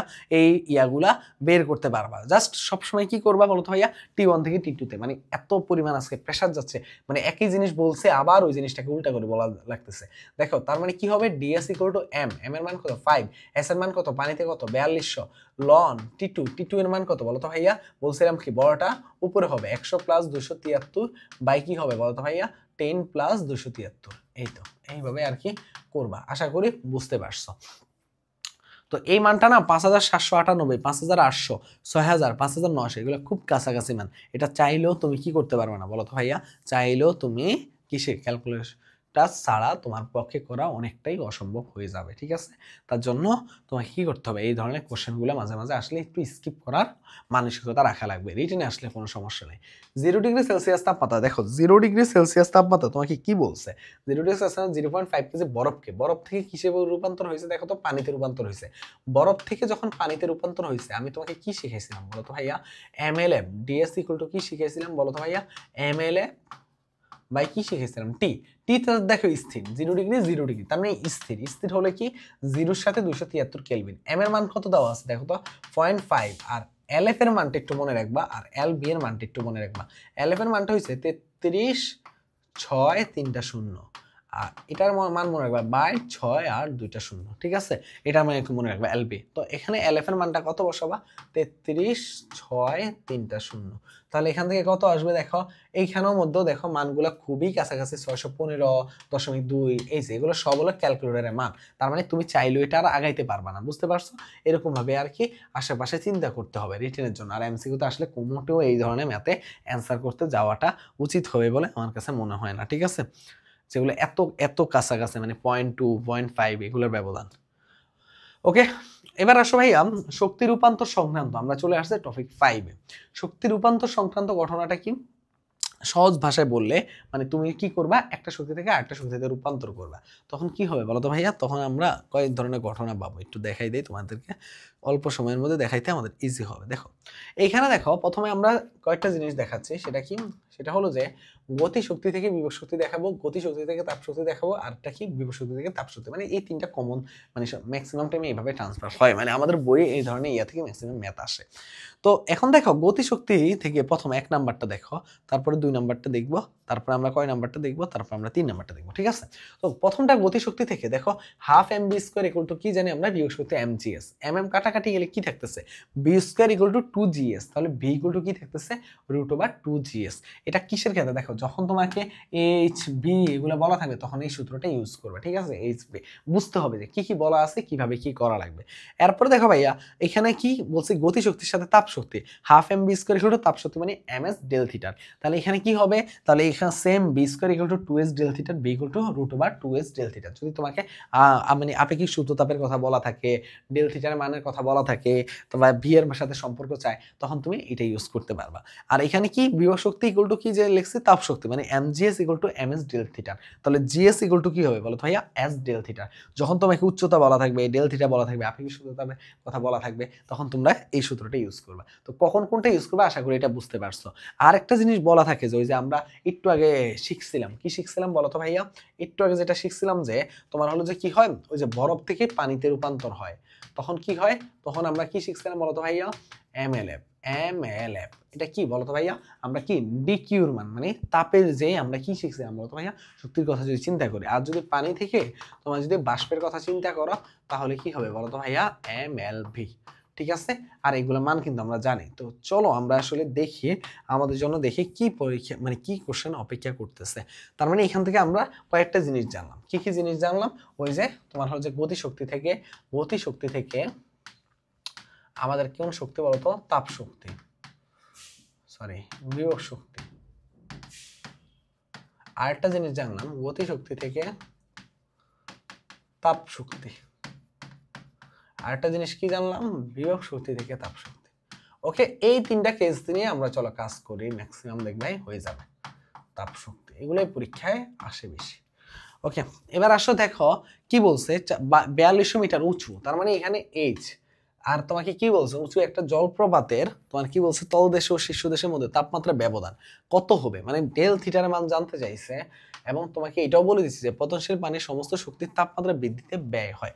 দেখো তুমি কিসের কথা জানো বলো তো ভাইয়া, তুমি এখানের মধ্যে কয়েকটা সূত্র শিখছিলা, একটু আগে শিখে আসছিলাম। কি শিখছিলা, দেখো উচ্চতা জানো আর ডেল থিটা তোমাকে জিজ্ঞেস করছে, তাহলে কার কার সূত্র হবে দেখো তো, উচ্চতা আর ডেল থিটার, এই যে এটার সূত্র হবে না, উচ্চতা আর ডেল থিটার মধ্যে সম্পর্ক চাইছে, তার মানে উচ্চতা আর ডেল থিটার মধ্যে, আর ডেল থিটারের সাথে কি এসে ভি এর সম্পর্ক, এটা উচ্চতার সাথে ভি এর সম্পর্ক, বাট ডেল থিটারের সাথে কার, শুধুমাত্র এরই সম্পর্ক আছে।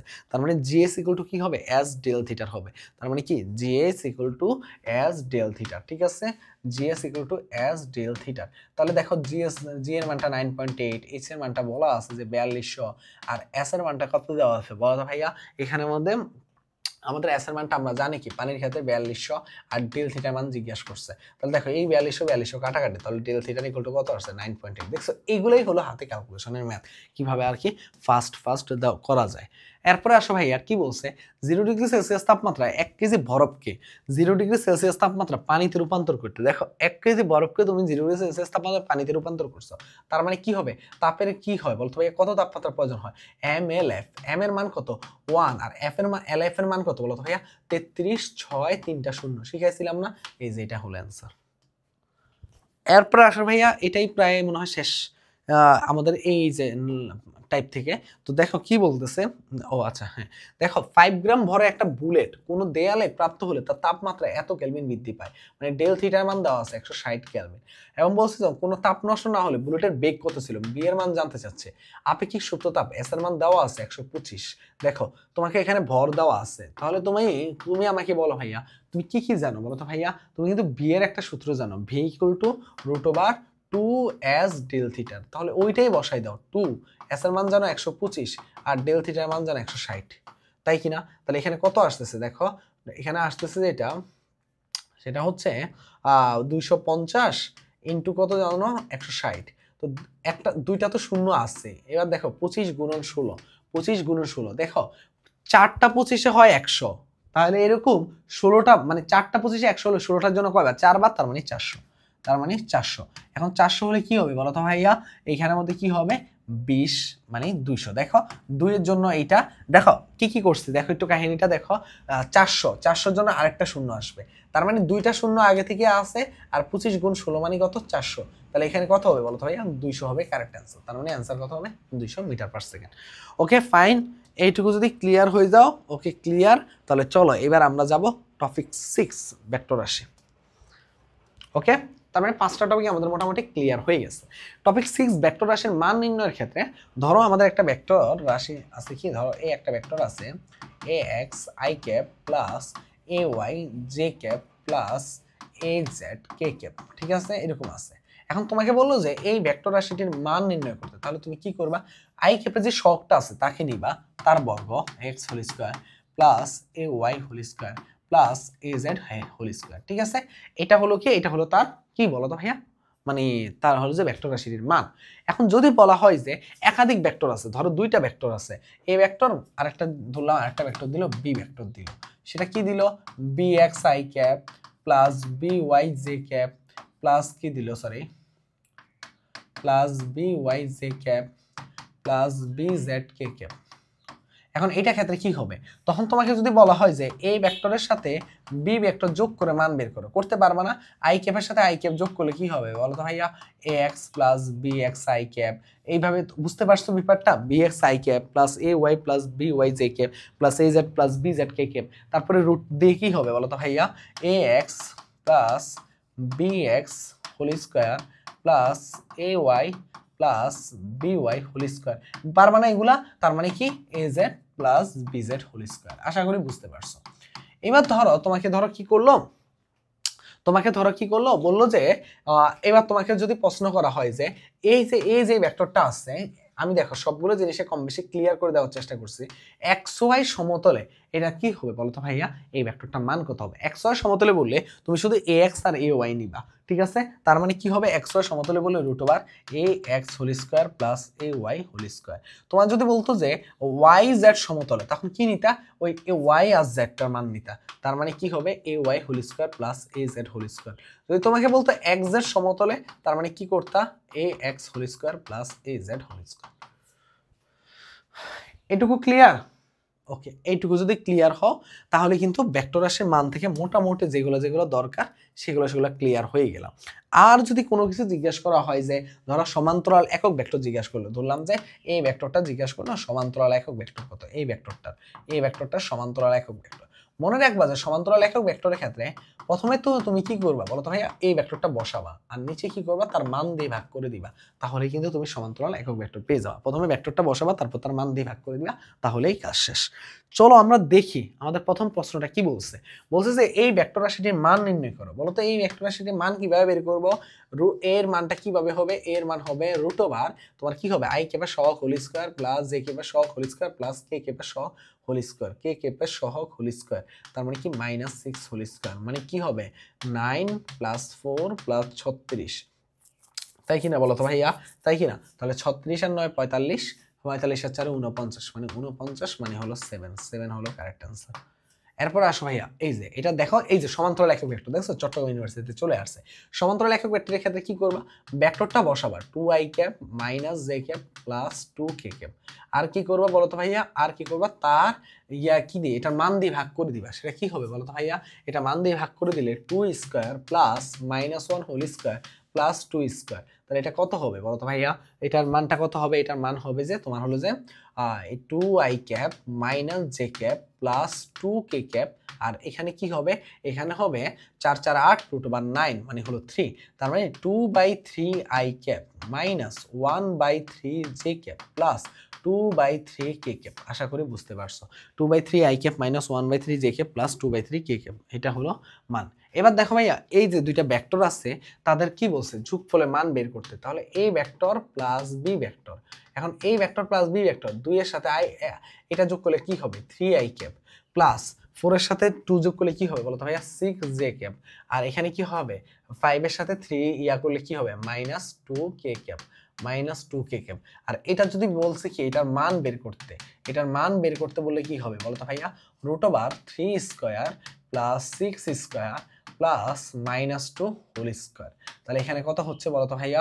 36 একদম সেম, 9 প্লাস 4 তার মানে কি 49 মানে 7 হলো কারেক্ট অ্যান্সার। আশা করি বুঝতে পারছো। এই যে দেখো তোমাকে বলছে এক্সাক্ট সমতলে, এক্সাক্ট সমতলে বললে দৈর্ঘ্য কত একক? আমি কি শিখাইছিলাম বলো তো ভাইয়া? এক্স আর জেড এটা নিবা। তার মানে কি এটা সমতলের মানটা কি হবে বলো তো ভাইয়া? এক্স জেড এর ক্ষেত্রে কি মানটা হবে? Root over 3 square plus 4 square.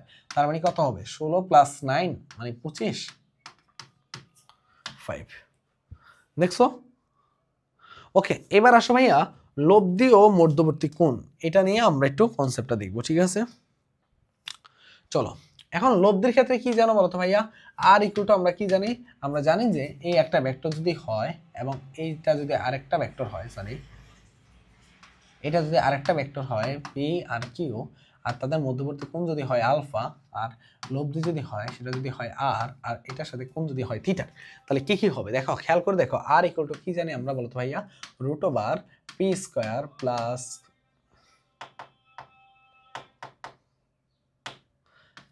P square plus Q square plus 2pq কি জানি বলো তো ভাইয়া? Cos alpha. জানি কিনা? হ্যাঁ জানি।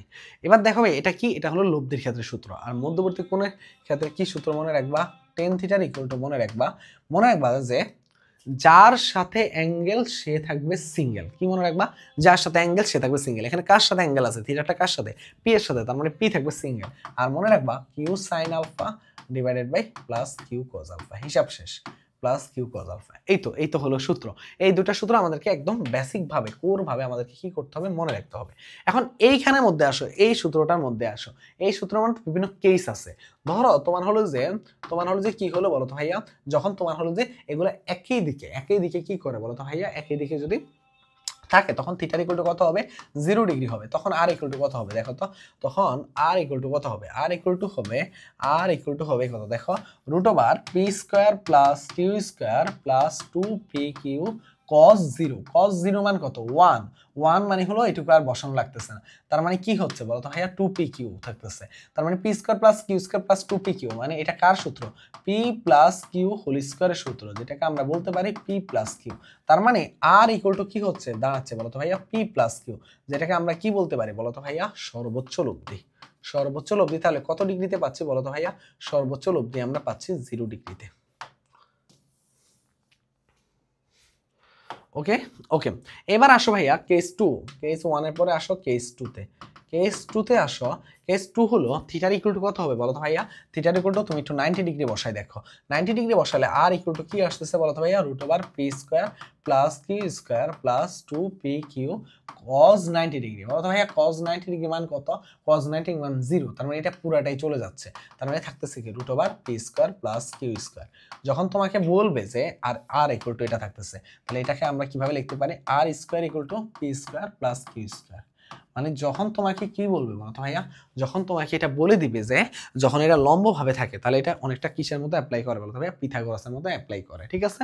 এরপর দেখো কেস 3 এর ক্ষেত্রে মনে রাখবা, যখন এটাকে কি করবা? থিটার মানটা 180 ডিগ্রি নিবা, তখন এটা হবে সর্বনিম্ন, কারণ cos 180 ডিগ্রি মান -1 মানে সর্বনিম্ন হবে। কেমনে সর্বনিম্ন হবে দেখো, চলো আমরা একটু দেখি। আর একটু উপরে নেই, তাহলেই হবে। সর্বনিম্ন হবে কিভাবে হবে একটু দেখো। দেখো সেটা কি হবে? সেটা হবে যে আর ইকুয়াল টু কি হবে? Root over P square plus Q square plus 2pq cos 180। cos 180 degree মান কত? -1। তার মানে এখানে প্লাস মাইনাস কি হয়ে যাচ্ছে? মাইনাস হয়ে যাচ্ছে। তার মানে কি থাকতেছে? P square plus Q square minus 2pq। তার মানে এটা হচ্ছে কি? Root over P minus Q whole square. তার মানে এটা হচ্ছে কত? আর ইকুয়াল টু থাকতেছে পি মাইনাস কিউ। তার মানে কি থাকতেছে বলো তো ভাইয়া? এটা হলো কি? এটা হলো যখন 180 ডিগ্রি হবে তখন সর্বনিম্ন হবে, আর এর মান পি মাইনাস কিউ হবে। ওকে, এটা হলে চলো আমরা দেখি কি কি প্রশ্ন করতেছে। বলতেছে দুইটি সমমানের ভেক্টর একটা বিন্দুতে ক্রিয়াশীল, এদের লব্ধির মান যে কোনো একটি ভেক্টরের মানের সমান হলে ভেক্টর দুটির মধ্যবর্তী কোণ কত? দেখো দেখো এটা একদম মানে আগে ম্যাথটা করাবো, তারপর একটু শর্টকাট শিখিয়ে দিব, ঠিক আছে? দেখো প্রথমে বলতেছে যে লব্ধির মান এবং দুইটা সমমানের ভেক্টর সেম, তার মানে আর পি ইকুয়াল টু পি, মানে দুইটা ভেক্টরের মানও পি আর লব্ধির মানও কি? সেটা হলো পি। তার মানে কি হবে বলো তো ভাইয়া? তার মানে P equal to root over P square plus 2pq জায়গায় কি হবে বলো তো ভাইয়া? পি স্কয়ারই হবে। 2pp মানে পি স্কয়ার cos আলফা। তাই কিনা বলো তো ভাইয়া? তাই। তাহলে এখান থেকে করো দেখি, পি স্কোয়ার ইকুয়াল টু কি আসতেছে, 2p square plus 2p square cos alpha. তার মানে এখান থেকে একটা পি স্কোয়ার এই পাশে 2টাকে নিয়ে আসো, তার মানে কি হবে 2p square cos alpha equal to কি হবে, মাইনাস পি স্কোয়ার। তাহলে এখানে কি হবে, কজ আলফা ইকুয়াল টু কি হবে বলো তো ভাইয়া? 2p স্কোয়ার দিয়ে ভাগ করে দাও, 2p স্কোয়ার দিয়ে ভাগ করে দিলে কি হবে, -1। তার মানে cos আলফা ইকুয়াল টু কি হবে, সরি -1/2। তার মানে আলফার মান হবে cos ইনভার্স -1/2। তার মানে এটা মনে রাখবো যে সবসময় কত ডিগ্রি, 120 ডিগ্রি। তার মানে অ্যান্সার কত, 120 ডিগ্রি। সবসময় এটা মনে রাখবো, যখন দুইটি সমমানের ভেক্টর বলবে, দুইটা সমমানের ভেক্টর বলবে, আর যখন বলবে যে লব্ধির মানও একটা ভেক্টরের সমান হয়, এরকম যখন লব্ধির মানও মানে দুইটা ভেক্টর এবং লব্ধির মান সেম হয়, তাহলে অ্যান্সার হবে 120 ডিগ্রি। কোনো কথা নেই, অ্যান্সার কত, 120 ডিগ্রি। এবার দেখো ভাইয়া এরকম বলছে যে এ বি সি এর মান যথাক্রমে 12, 5, 13 হলে এ ও বি ভেক্টর দ্বয়ের মধ্যবর্তী কোণের মান তোমার হলো যে কত। দেখো সবসময় মনে রাখবা যে এখানের মধ্যে সবসময় একটা মানে ছোট্ট টেকনিক শিখাই দিই। তোমার এখানে মান কয়টা আছে, 3টা মান আছে। কয়টা মান আছে, 3টা মান আছে। তুমি খেয়াল করে দেখবা যে বড় মানটার বর্গ ছোট দুইটা মানের বর্গের যোগফলের সমান হয় কিনা। কি বললাম, বড় যে মানটা থাকবে তার বর্গটা ছোট দুইটা বর্গের যোগফলের মানের সমান হয় কিনা। যদি এইটা হয় তাহলে তুমি ডিরেক্ট বলে দিতে পারবা। ওকে, কিভাবে যেন অন্য স্লাইড চলে গেল। ওকে দেখো, যদি হয় এরকম বড় হয়, মানে বড়টা যদি এরকম কি হয় দেখো তো, এটা হলো কি, এটা আসতেছে কত 169 আর এটাও আসতেছে কত 169। তার মানে এরা সমান, তার মানে এটা কত হবে, এটা অ্যান্সার হবে 90 ডিগ্রি। আর যদি এটা না হইতো তখন আমরা ক্যালকুলেশন করে দেখতাম, বুঝতে পারছো? তার মানে সহজ টেকনিকটা শিখাই দিলাম যে তোমার কি হবে বলো তো ভাইয়া, এ আর বি এর বলছে মধ্যবর্তী কোণের মান কত, 12 আর 5 এর মধ্যে মধ্যবর্তী কোণের মান কত বলছে। তাহলে তুমি বুঝতেই পারতেছো যে এদের মধ্যবর্তী কোণের মান বলা মানে কি, লব্ধিটা কত হয়েছে, 13 হয়েছে। তার মানে জাস্ট চেক করবা এইভাবে যে বড় মানটা ছোট দুইটা মানের যোগফলের বর্গের সমান কিনা, বড় মানের বর্গ, তাহলেই শেষ। ওকে, এবার আসো ভাইয়া বলছে কি, দুইটা বলের লব্ধি, দেখো লব্ধির মান বলা আছে 40 নিউটন, আর ছোট বলের বল দুটির মধ্যে ছোট বলের মান ধরলাম, ছোট বলের মান 30 নিউটন, আর লব্ধি বলা আছে কত নিউটন, 40 নিউটন। দেখো 40 নিউটন বলা আছে, তাহলে বলছে যে এদের মধ্যে লব্ধি ছোট বলের লম্ব বরাবর কি করে, লব্ধি দেখো এই যে, দেখো এই যে কাজ তো এখানে লব্ধিটা কি করছে, ছোট বলের সাথে লম্বভাবে ক্রিয়া করে, ঠিক আছে। তার মানে এটা কত ডিগ্রি আছে, 90 ডিগ্রি আছে। আর লব্ধি আছে কত, লব্ধি আছে তোমার হচ্ছে 40 নিউটন, ঠিক আছে। এখন জিজ্ঞেস করতেছে যে তোমার হচ্ছে বড় বলটার মান কত, তাহলে নিশ্চয় বড় বলটা এইদিকে কাজ করবে, বড় বলটা নিশ্চয়ই এইদিকে কাজ করবে। যদি এইদিকে কাজ করে এটাকে আমি এইদিকে নিয়ে যেতে পারবো, তার মানে কি বড় বলটা কি একটা নির্দেশ করতেছে বলো তো ভাইয়া, অতিভুজ একটা নির্দেশ করতেছে। তাহলে অতিভুজ হলে তুমি আমাকে বলো ভাইয়া আর ইকুয়াল টু কি হবে বলো তো ভাইয়া, এই যে এই দুইটা কি হয়েছে, 40 স্কোয়ার প্লাস 30 স্কোয়ারের যোগফল। তার মানে কত হবে, 1600 প্লাস কি হবে বলো তো ভাইয়া, 1600 প্লাস 900, তার মানে কত হবে 2500 মানে কত বলো তো ভাইয়া, 50 হলো নিউটন, হলো কারেক্ট অ্যান্সার। আশা করি বুঝতে পারছো, ঠিক আছে। এরকম যদি আসে একটু চিন্তা মানে একটু দেখে শুনে একটু অ্যান্সার করে দিবে, তাহলেই কাজ শেষ। ওকে, এবার বলতেছে যে মানে 20 নিউটন এবং 60 নিউটন দুটি ভেক্টরের মধ্যকার কোণ এত হলে লব্ধির মান কত। দেখো আর ইকুয়াল টু কত হবে, 20 স্কোয়ার বলছে প্লাস 60 স্কোয়ার বলছে প্লাস 2 ইন্টু 20 ইন্টু 60 ইন্টু কি বলছে বলো তো ভাইয়া, cos কত ডিগ্রি বলছে, cos 30 ডিগ্রি বলছে। তো এই তো মানে যা হয় আর কি ক্যালকুলেশনে, মানে ক্যালকুলেশনটা কি বলো তো ভাইয়া, অনেক আগের ক্যালকুলেশন, যার কারণে হাতে ক্যালকুলেশন করাটা একটু টাফ। দেখো 400 আর এটা হবে কত বলো তো ভাইয়া, 3600 মানে হাতে ক্যালকুলেশন দুই ধরনের থাকে, একটা থাকে অনেক ইজি দেখে আমরা উত্তর দিতে পারি, আরটা হলো এরকম একটু কষ্ট করে বের করা না লাগে। দেখি কি হয় এখানে, তাহলে এখানে আসে কি 2 ইন্টু 20 ইন্টু 60 আর cos 30 ডিগ্রি মান কত বলো তো ভাইয়া, √3/2, ঠিক আছে। এই যে 2 আর 2 কাটাকাটি, তাহলে থাকতেছে কি বলো তো ভাইয়া, 4000 প্লাস কত থাকতেছে, প্লাস থাকতেছে 6 দুগুণে 1200 মানে √3 ইন্টু 1200 থাকতেছে। এখন √3 ইন্টু 1200 থাকা মানে কি, খেয়াল করে দেখো √3 মানে কত বলো তো ভাইয়া, √3 মানে হলো 1.73, কত 1.73 সাথে তোমাকে কি বলতেছে বলো তো ভাইয়া, তোমাকে কি বলতেছে 1200 গুণ করতে। তার মানে দেখো 4000 প্লাস 1.73, দেখো মানে মানে তুমি জাস্ট এইভাবে চিন্তা করো, 120-এর সাথে তোমাকে 7 দিয়ে গুণ করতে বলছে, মানে 7 0, 7 গুণে 14 4, হাতে রইল 1, 7 একে 7 আর 1 8, মানে 840। তার মানে কি হচ্ছে, তার মানে তোমার এখানে হচ্ছে কত দেখো, তোমার এখানে হচ্ছে যে √3 তো আছে, মানে 1.73, মানে 1200 তো হবেই একবার, আবার 7.73 সাথে গুণ করতে হইলে তোমাকে মোটামুটি 840 আইসা পড়বে। ঠিক আছে, কিভাবে করলাম, 1 দিয়ে তো 1200-কে গুণ করলে 1200-ই আসতেছে, আর 0.73 সাথে জায়গায় আমি 0.7 ধরলাম, মানে 120-এর সাথে 7 দিয়ে গুণ করলাম, মানে আসলো কত, 840। দেখো 840 হলে আসতেছে কত, দেখো 4000 প্লাস কত আসতেছে, এখানে আসতেছে 2040, তার মানে আসতেছে কত, 6040। এখন 6040 এটা কার আশেপাশে মান বলো তো ভাইয়া? তুমি জাস্ট এইভাবে চিন্তা করো যে, 6000 হলে কার আশেপাশে হইতো বলো তো ভাইয়া? 6000 হইলে কার আশেপাশে হইতো? বা তুমি দেখো, তুমি 4000 মানে কত বলো তো ভাইয়া? মনে হয় কোথাও মনে একটু ভুল করছে, তাই না? 36, এই যে দেখো ভুল তো করছে, দেখো কোথায় ভুল করছে, দেখো এই যে 4000, 36,000 40,000, দেখো আমি একটু ভুল করছি মনে হয়, 3600 আর এখানে কত হইলো, না ঠিকই তো আছে, 4000 তো ঠিকই তো আছে, ঠিক আছে তাই না? হ্যাঁ, 1200 আর 800 মানে 6000 সামথিং। 6000 মানে কি বলো তো ভাইয়া?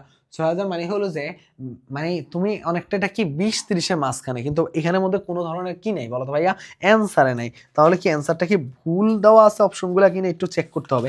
হাতে ক্যালকুলেশনে যেগুলো তোমার হলো যে নর্মাল ভাবে, মানে নর্মাল ভাবে আসলে করা যায় না, এই ম্যাথগুলো খুবই প্যারা দেয় স্টুডেন্টদেরকে, মানে খুবই খুবই প্যারা দেয়। ঠিক আছে, বাট যেগুলো করা যায়, দেখবা যে কিছু ম্যাথ একদম ইজিলি করা যায়, ওই ম্যাথগুলো নিয়ে আমাদের কিন্তু স্টুডেন্টদের কিন্তু কোনো ধরনের প্রবলেম ফেস করা লাগে না। ঠিক আছে, যেমন ধরো এই যে দেখো, এই মানটার মান দেখাচ্ছে কত, 77 এরকম। এখন তুমি আমাকে বলো ভাইয়া, 77.96, তুমি আমাকে বলো ভাইয়া এটা মানে কত, এই যে 4000, এটা মানে 3600, এটা মানে কত আসছে, cos 30 ডিগ্রি √3/2, এটা কাটাকাটি, 6 দুগুণে 1200, 1200 করে √3-কে গুণ করা, √3-কে গুণ করে এই জায়গার মধ্যে মনে হয় 0.73 এখানে মনে হয় কোনো জায়গায় কি আছে বলো তো ভাইয়া, কিছু একটা ঘাটতি আছে। মানে এই ধরনের ক্যালকুলেশনগুলো আসলে কি করতে হবে ভাইয়া, কষ্ট করে একটু স্কিপ করা লাগবে, কারণ এই ধরনের ম্যাথগুলো অনেক আগের ম্যাথ, এগুলা তোমাদের কি হয় বলো তো ভাইয়া, এগুলো তোমাদের ইয়াতে টাইম কিল করবে। তার ধরনের এই ধরনের ম্যাথগুলা পুরোটাই হলো ক্যালকুলেটর বেস হলো কার্যক্রম। ওকে, এবার আসো ভাইয়া, এখানে আসো, দুইটি সমমানের ভেক্টর বলছে কি, দুইটা সমমানের ভেক্টর একটা বিন্দুতে ক্রিয়াশীল, তারা পরস্পর কত ডিগ্রি কোণে, 240 ডিগ্রি কোণে ক্রিয়া করে, তাহলে তাদের লব্ধির দিক কত হবে? মানে একদম ইজি হিসাব, একটা সহজ শর্টকাট বলে দেয়, থিটার ইকুয়াল টু হবে যখন এরকম কেস হবে যে দুইটা সমমানের ভেক্টর কি হচ্ছে, একটা বিন্দুতে ক্রিয়াশীল হয়, আর যদি এদের আলফার মানটা দেওয়া থাকে, থিটার ইকুয়াল টু কি হবে, α/2, মানে কত হবে বলতো ভাইয়া, 120 ডিগ্রি। 120 ডিগ্রি। এখন তুমি ভাবতে পারো ভাইয়া এটাকে আমরা তাহলে অন্যভাবে কিভাবে করতে পারি, তো ওই যে তুমি করতে পারবা বলো তো ভাইয়া, ওই যে পি ইকুয়াল টু কি ধরবা বলো তো ভাইয়া, পি কিউ ইকুয়াল টু কি, পিপি ধরবা, আর আলফা ইকুয়াল টু কত ধরবা, 240 ডিগ্রি, তাহলে টেন থিটা দিয়ে ওই সূত্র দিয়ে করবা। তো ওইটা দিয়ে করার চাইতে শর্টকাট মনে রাখবা, থিটার ইকুয়াল টু α/2, অ্যান্সার হবে 120 ডিগ্রি। ঠিক আছে, ওকে, এবার আসো ডট গুণফল ও লম্ব বিক্ষেপ। চলো ডট গুণফল ও লম্ব বিক্ষেপ দেখি আমাদের জন্য কি অপেক্ষা করতেছে। ডট গুণফল জিনিসটা কি, ধরো এই একটা ভেক্টর আছে,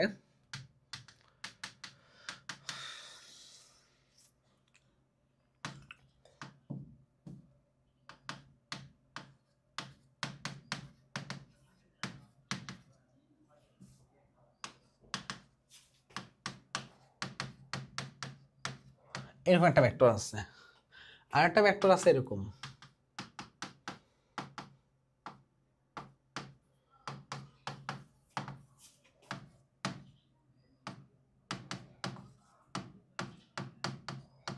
এরকম একটা ভেক্টর আছে। এখন বলো যে এ ডট বি, এই দুইটা ভেক্টর মধ্যে ডট গুণফল করতে, তাহলে কিভাবে করবা, মনে রাখবা যে ডট গুণফলের ক্ষেত্রে এই যে আই কে পার আই কেপের গুণফলের মান কত হবে, 1 হবে, তার মানে হয়ে যাবে কি এ এক্স, মানে তাদের যা সহগ দ্বয়ের গুণফল, plus A Y B Y plus A Z B Z.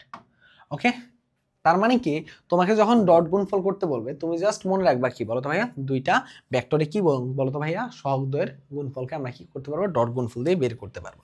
এবার আরেকটা জিনিস একটু বলি, এ ডট বি, এই ডট গুণফলের ক্ষেত্রে মনে রাখবা ইকুয়াল টু কি হবে বলো তো ভাইয়া, A B cos theta, A B cos theta, এটাও মনে রাখবা। ঠিক আছে, এখান থেকে তাহলে কি কি জিনিস শিখলাম?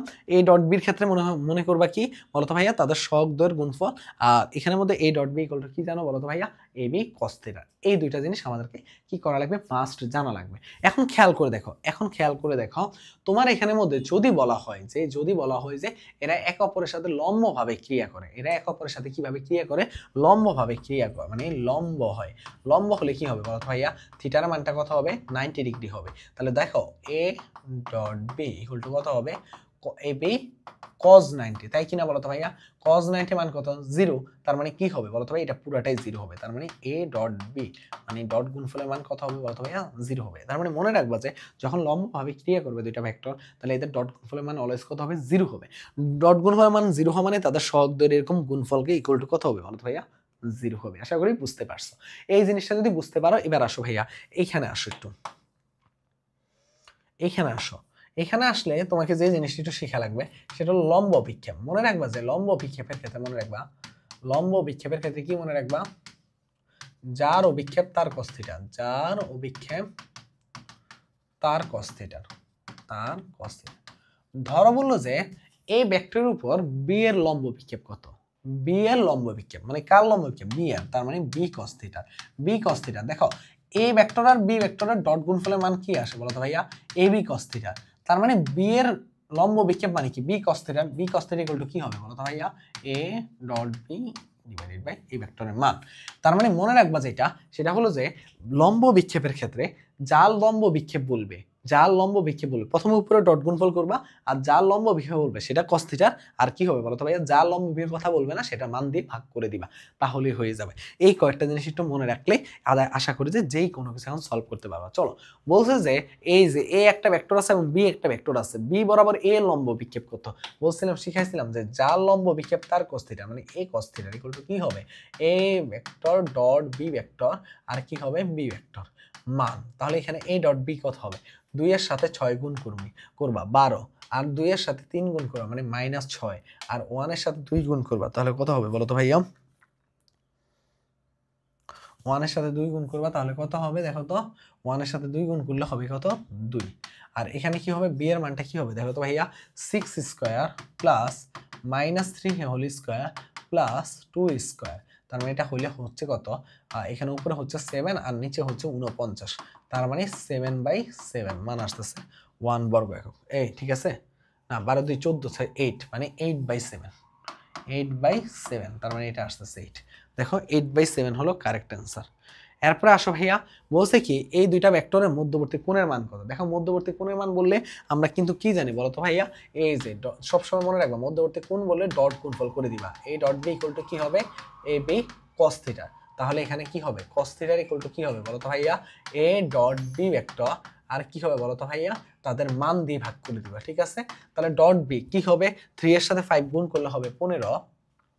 আবার তুমি দেখো এখানে যে তো নাই, দেখো যে না থাকা মানে হলো যে এটার সাথে গুণ করা মানে 0, আর কে না থাকা মানে হলো 0, তার মানে এটা তো হয়ে গেল। আর উপরে নিচে কি থাকলো, এটার মান কত হবে বলো তো ভাইয়া, 3 স্কয়ার প্লাস 3 স্কয়ার, আর এটার মান কত হবে 5 স্কয়ার প্লাস 5 স্কয়ার।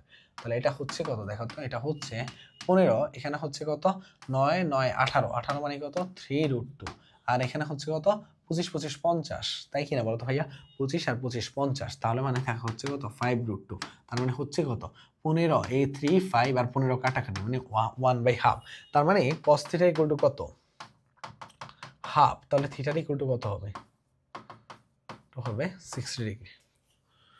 বুঝতে পারছো, থিটা ইকুয়াল টু কত 60 ডিগ্রি। সেম ভাবে এটা নিজেরা করবা, cos থিটার মানটা বের করতে বলতেছে, আশা করি করতে পারবা, এটা হলো তোমাদের জন্য SW। ঠিক আছে, SW গুলো করে ম্যাথনের এসএসসি এন্ড অ্যাডমিশন যে গ্রুপটা আছে ওইখানে তোমরা একটু পোস্ট করবা, তাহলেই হবে।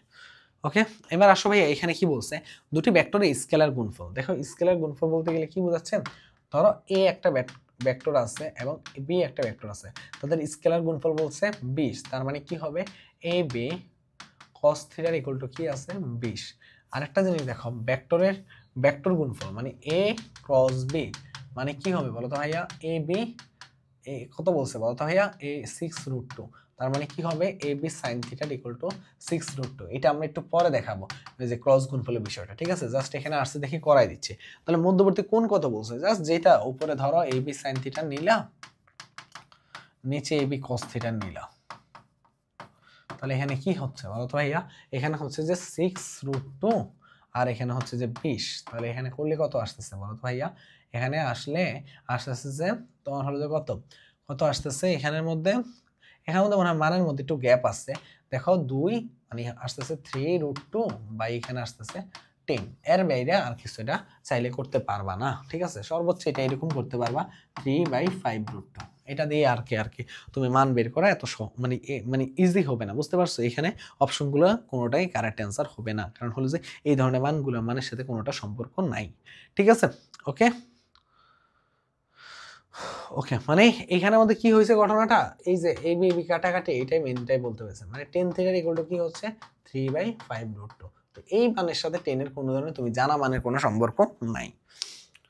ওকে, এবার আসো ভাইয়া এ আর বি এর মধ্যবর্তী কোণ কত? একটু এসডব্লিউ নিজেরা করবা ভাইয়া, সেম যেহেতু জিনিস তাহলে নিজেরা একটু প্র্যাকটিস করা লাগবে, ঠিক আছে? এটাও সেম কাহিনী। দেখো এ ক্রস বি মানে কি A B sine theta equal to কি বলছে এ ডট বি মানে কি এ বি কস থিটা। দেখাবো যে সাইন থিটার ক্রস গুণফলটা একটু পরে দেখাচ্ছি। এ বি কাটাকাটি, তাহলে সাইন থিটার বাই কস থিটার ইকুয়াল টু কত হচ্ছে 1 হচ্ছে। তার মানে 10 থিটার ইকুয়াল টু কত হচ্ছে বলো তো ভাইয়া 1। তাহলে থিটার ইকুয়াল টু কত হবে বলো তো ভাইয়া π/4। মুখস্থ রাখবা, এইটা সবসময় আসে। এবার ধরো বলতেছে পরস্পর লম্ব হলে, তোমাদেরকে লম্ব হলে শিখাইছিলাম যে এটা ডট গুণফলের মান কত হবে 0 হবে। তার মানে ডট গুণফল মানে কি এইটা আর এইটার কি গুণফল মানে 2a, আর এখানে যে এর মান 1 আছে প্লাস 2 আছে মানে 2 ইকুয়াল টু 0। তার মানে 2a ইকুয়াল টু -2 আর a ইকুয়াল টু কত বলো তো ভাইয়া -1। -1 হলো কারেক্ট অ্যান্সার। এরপর দেখো ভাই এইখানে দেখো সেম ভাবে বলছে পরস্পর লম্ব হলে আলফার মান কত। সেম ভাবে 2 এর সাথে -2 গুণ করো মানে কত -4 প্লাস জে এর সাথে 1 আর আলফা গুণ করো আলফা, আর কে এর সাথে 1 -2 ইকুয়াল টু 0। তার মানে আলফা -6 ইকুয়াল টু 0, আলফার মান 6। খুবই কমন ম্যাথ ভাইয়া, পরীক্ষা 100% আসবে এখান থেকে 1 মার্ক। দেখো ভেক্টরদের পরস্পর লম্ব হলে দেখো কত জায়গায় আসছে, সব জায়গায় আসে এই ম্যাথগুলা। পরস্পর লম্ব হলে কি হবে মনে রাখবে যে এখানে পরস্পর লম্ব হলে কি হবে দেখো তো, এই যে এখানে 2 × 4 মানে কত 8 প্লাস a × মানে -2a আর কি হবে দেখো তো ভাইয়া -2 ইকুয়াল টু কত হবে 0 হবে। তার মানে এটা হচ্ছে কত তুমি দেখো এখানে হচ্ছে 6 -2a ইকুয়াল টু 0, তাহলে 2a ইকুয়াল টু 6 আর a ইকুয়াল টু হচ্ছে 3। a ইকুয়াল টু হচ্ছে কত 3। এখন দেখো ভাই এখানে বলছে যে কৃত কাজ কত। আমরা জানি যে ডব্লিউ ইকুয়াল টু কি জানি f ডট r, মানে দুইটা ভেক্টরের কি গুণফল ডট গুণফল। তাহলে f এর মান কত দেওয়া আছে 2 আর এখানে i এর মান r এর মান কত আছে দেখো 3, মানে 2 × 3 মানে 6 প্লাস -1 এর সাথে 2 গুণ করলে হবে কত -2 আর এখানে হবে মাইনাস মাইনাসে প্লাস -1 আর -5 মানে হলো +5। তার মানে হবে কত 9 হলো অ্যান্সার। দেখছো যা আসে পরীক্ষাতে তাই। এবার দেখো এরকম ডট গুণফল বলে কি হবে দেখো তোমার আই ক্যাপের সাথে কি নাই বলো তো, আই ক্যাপ নাই তার মানে এটা বাদ, জে এর সাথে জে আছে তার মানে 1 × -3 আর 0 ছিল আই ক্যাপটা আর কে ক্যাপটা নাই তার মানে 0 × কে এর মান 1, তার মানে এটা 0 এটা 0, তার মানে এটা থাকতেছে শুধুমাত্র -3। -3 হলো অ্যান্সার, যা থাকবে শুধু তার সাথে গুণ করে দিলে অ্যান্সার আইসা পড়ে। SW করবা, এখন যা আসবে এগুলা সব SW, ঠিক আছে? কারণ এগুলা সেম জিনিস। দেখো লম্ব হলো SW, এগুলো এত বেশি আসে ভাই, এটা খুবই কমন একটা টপিক, মানে পরীক্ষা সব জায়গায় আসবে। চলো আমরা দেখবো এবার ভেক্টরের ক্রস গুণফল, টপিক নাম্বার আমাদের 9, ঠিক আছে? টপিক নাম্বার 9 দেখি আমাদের ভেক্টরের ক্রস গুণফল কি বলতেছে। দেখলাম যে কতক্ষণ ধরে রেকর্ড হচ্ছে, সকাল থেকে উঠে আসলে সব গোছানো রাখছিল, তো এই স্লাইডগুলা কাজগুলো মোটামুটি এলোমেলো ছিল, এগুলো একটু গোছানো লাগছিল, এই জন্য বেশি টাইম লাগতেছিল। দেখো এ ক্রস বি ভেক্টর যদি এরকম হয় তাহলে এটা কি হবে এ বি সাইন থিটা, কি হবে এ বি সাইন থিটা। ওকে, এইটুকু গেল। এখন ধরো দুইটা ভেক্টর দেওয়া আছে, দুইটা ভেক্টর কি আছে দেওয়া আছে। আর যদি আচ্ছা এখানে একটা জিনিস বলে রাখে, ওখানে যেমন লম্ব হলে কি হয় বলতো ভাইয়া, তাদের কি হয় ডট গুণফলের মান 0 হয়। এখানে হবে কি হলে বলতো ভাইয়া সমান্তরাল হলে। দেখো সমান্তরাল হলে কি হবে বলতো ভাইয়া, সমান্তরাল হলে এটার মান কত হবে 0 হবে। তার মানে a cross b equal to কি হবে a b sin 0, sin 0 মান কত 0, তার মানে এটা পুরোটাই 0 হয়ে যাবে, তার মানে 0 হলো ইয়া।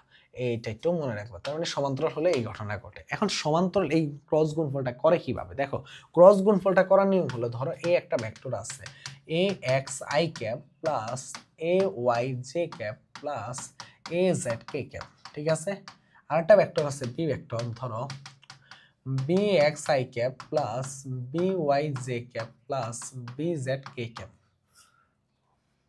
B Z K cap.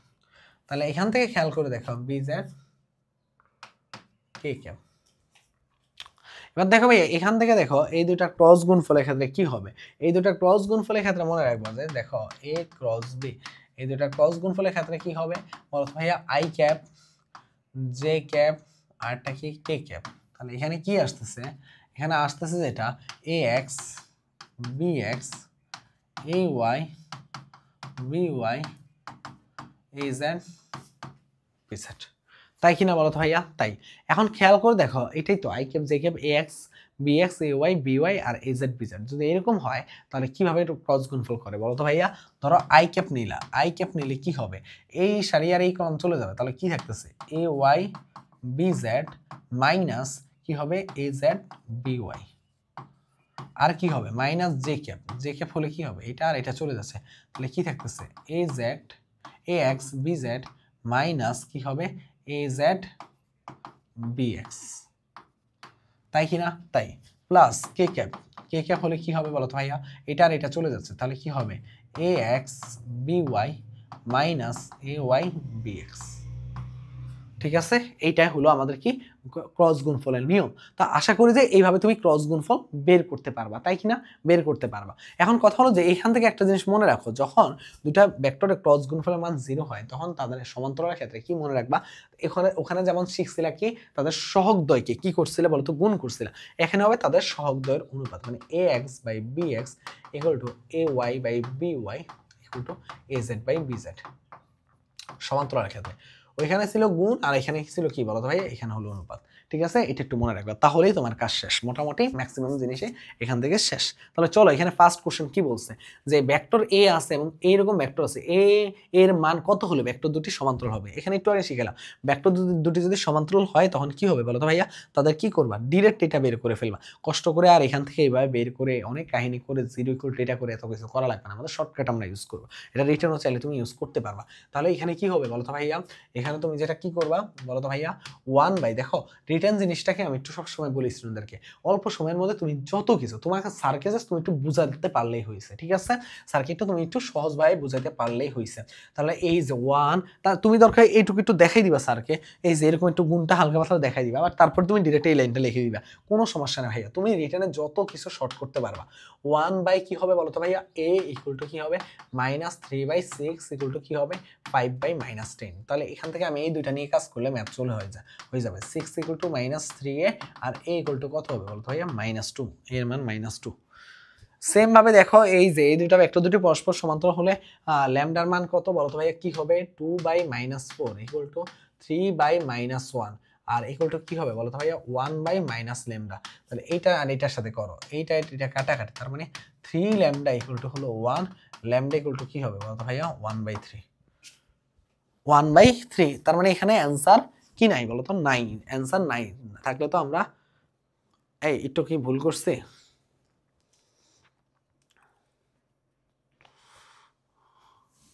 না সবাই তো ঠিক আছে।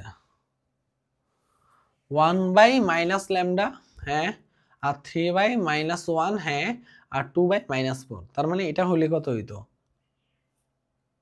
কি আজীব ব্যাপার, মানে কোশ্চেন একটু ঝামেলা আছে। কেমন ঝামেলা আছে আমি একটু বলি তোমাকে। যদি তুমি এইটা নাও তাহলে অ্যান্সার হচ্ছে এইটা, আবার যদি তুমি এইটা নাও 2/-4 ইকুয়াল টু যদি 1/-λ নাও, মাইনাস মাইনাসে কাটাকাটি, তার মানে হাফ ইকুয়াল টু 1/λ, তার মানে ল্যামডা ইকুয়াল টু হচ্ছে 2। এটা আবার অ্যান্সার আসতেছে 2, এরকম কখনো হওয়ার চান্স নেই। যেমন ধরো এইটাতে আসো, দেখো এটাতে কি হয়েছে, যদি তুমি 1/a এটার সাথে এইটা নাও তাহলে কি হবে 1/a ইকুয়াল টু -1/2, তার মানে কি হবে তোমার a ইকুয়াল টু হবে কত -2। দেখো সবসময় এরকমই আসবে, সমানই আসবে, বাট এই ম্যাথটা একটু ঝামেলা। তার মানে তুমি এটা নিয়ে করলে আসতেছে 2 অ্যান্সার, আর এইটা নিয়ে যদি না করতে তাহলে আসতো 1/3। তার মানে তুমি ভাবতে যে অ্যান্সার নাই, অথচ অ্যান্সার কিন্তু আরেকটা দিয়ে আছে। তার মানে দুইটাই চেক করা লাগবে, এগুলো কিন্তু অ্যান্সার হওয়ার কথা না, বাস স্যাররা কি করে মিলানোর স্বার্থে এইভাবে দিয়ে দেয়, বাট এটা হওয়ার কোনোদিনও উচিত না। দেখো তাহলে এখানে কি হবে 3/12 আর ইকুয়াল টু কি হবে -2/-m আর এটা কি হবে 4/16। তাহলে এটা কি হবে, এটা আর এটা কাটাকাটি, তার মানে কি আসতেছে দেখো এটার দিকে দেখো 1/4 ইকুয়াল টু কি আসতেছে 2/m, তাহলে m ইকুয়াল টু কত আসতেছে বলতো ভাইয়া 8, 8 হলো কারেক্ট आंसर। তুমি দেখো এইখানেও দেখো m ইকুয়াল টু কত হবে বলতো ভাইয়া 8 আসবে, দেখো 2/m ইকুয়াল টু 1/4, এটা কাটাকাটি করলে তার মানে m ইকুয়াল টু কত হবে 8 হবে, মানে সবসময় এরকমই হয় কিন্তু ওরকম হলো ব্যতিক্রম কেসে হয়, ঠিক আছে। এই যে দেখো কত জায়গায় আসছে দেখছো, তাহলে কি হবে বলতো ভাইয়া ওই যে সেম নিয়ম 5/15 আর ইকুয়াল টু কি হবে 2/a আর ইকুয়াল টু কি হবে -3/-9, এটা দিয়ে করলে কাজ শেষ হয়ে যাবে। 1/3 আর ইকুয়াল টু কি হবে 2/a, তার মানে a ইকুয়াল টু কত হবে 6, 6 হলো কারেক্ট आंसर। ওকে, তাহলে দেখো এই যে দেখো এখন আসো কিছু জিনিসে, দুইটা জিনিস একসাথে দেখাই দিব, একটু আসো ভাইয়া, দুইটা জিনিস একসাথে দেখাই দিব। ধরো সামান্তরিকের কর্ণর একটা কনসেপ্ট দেখাবো,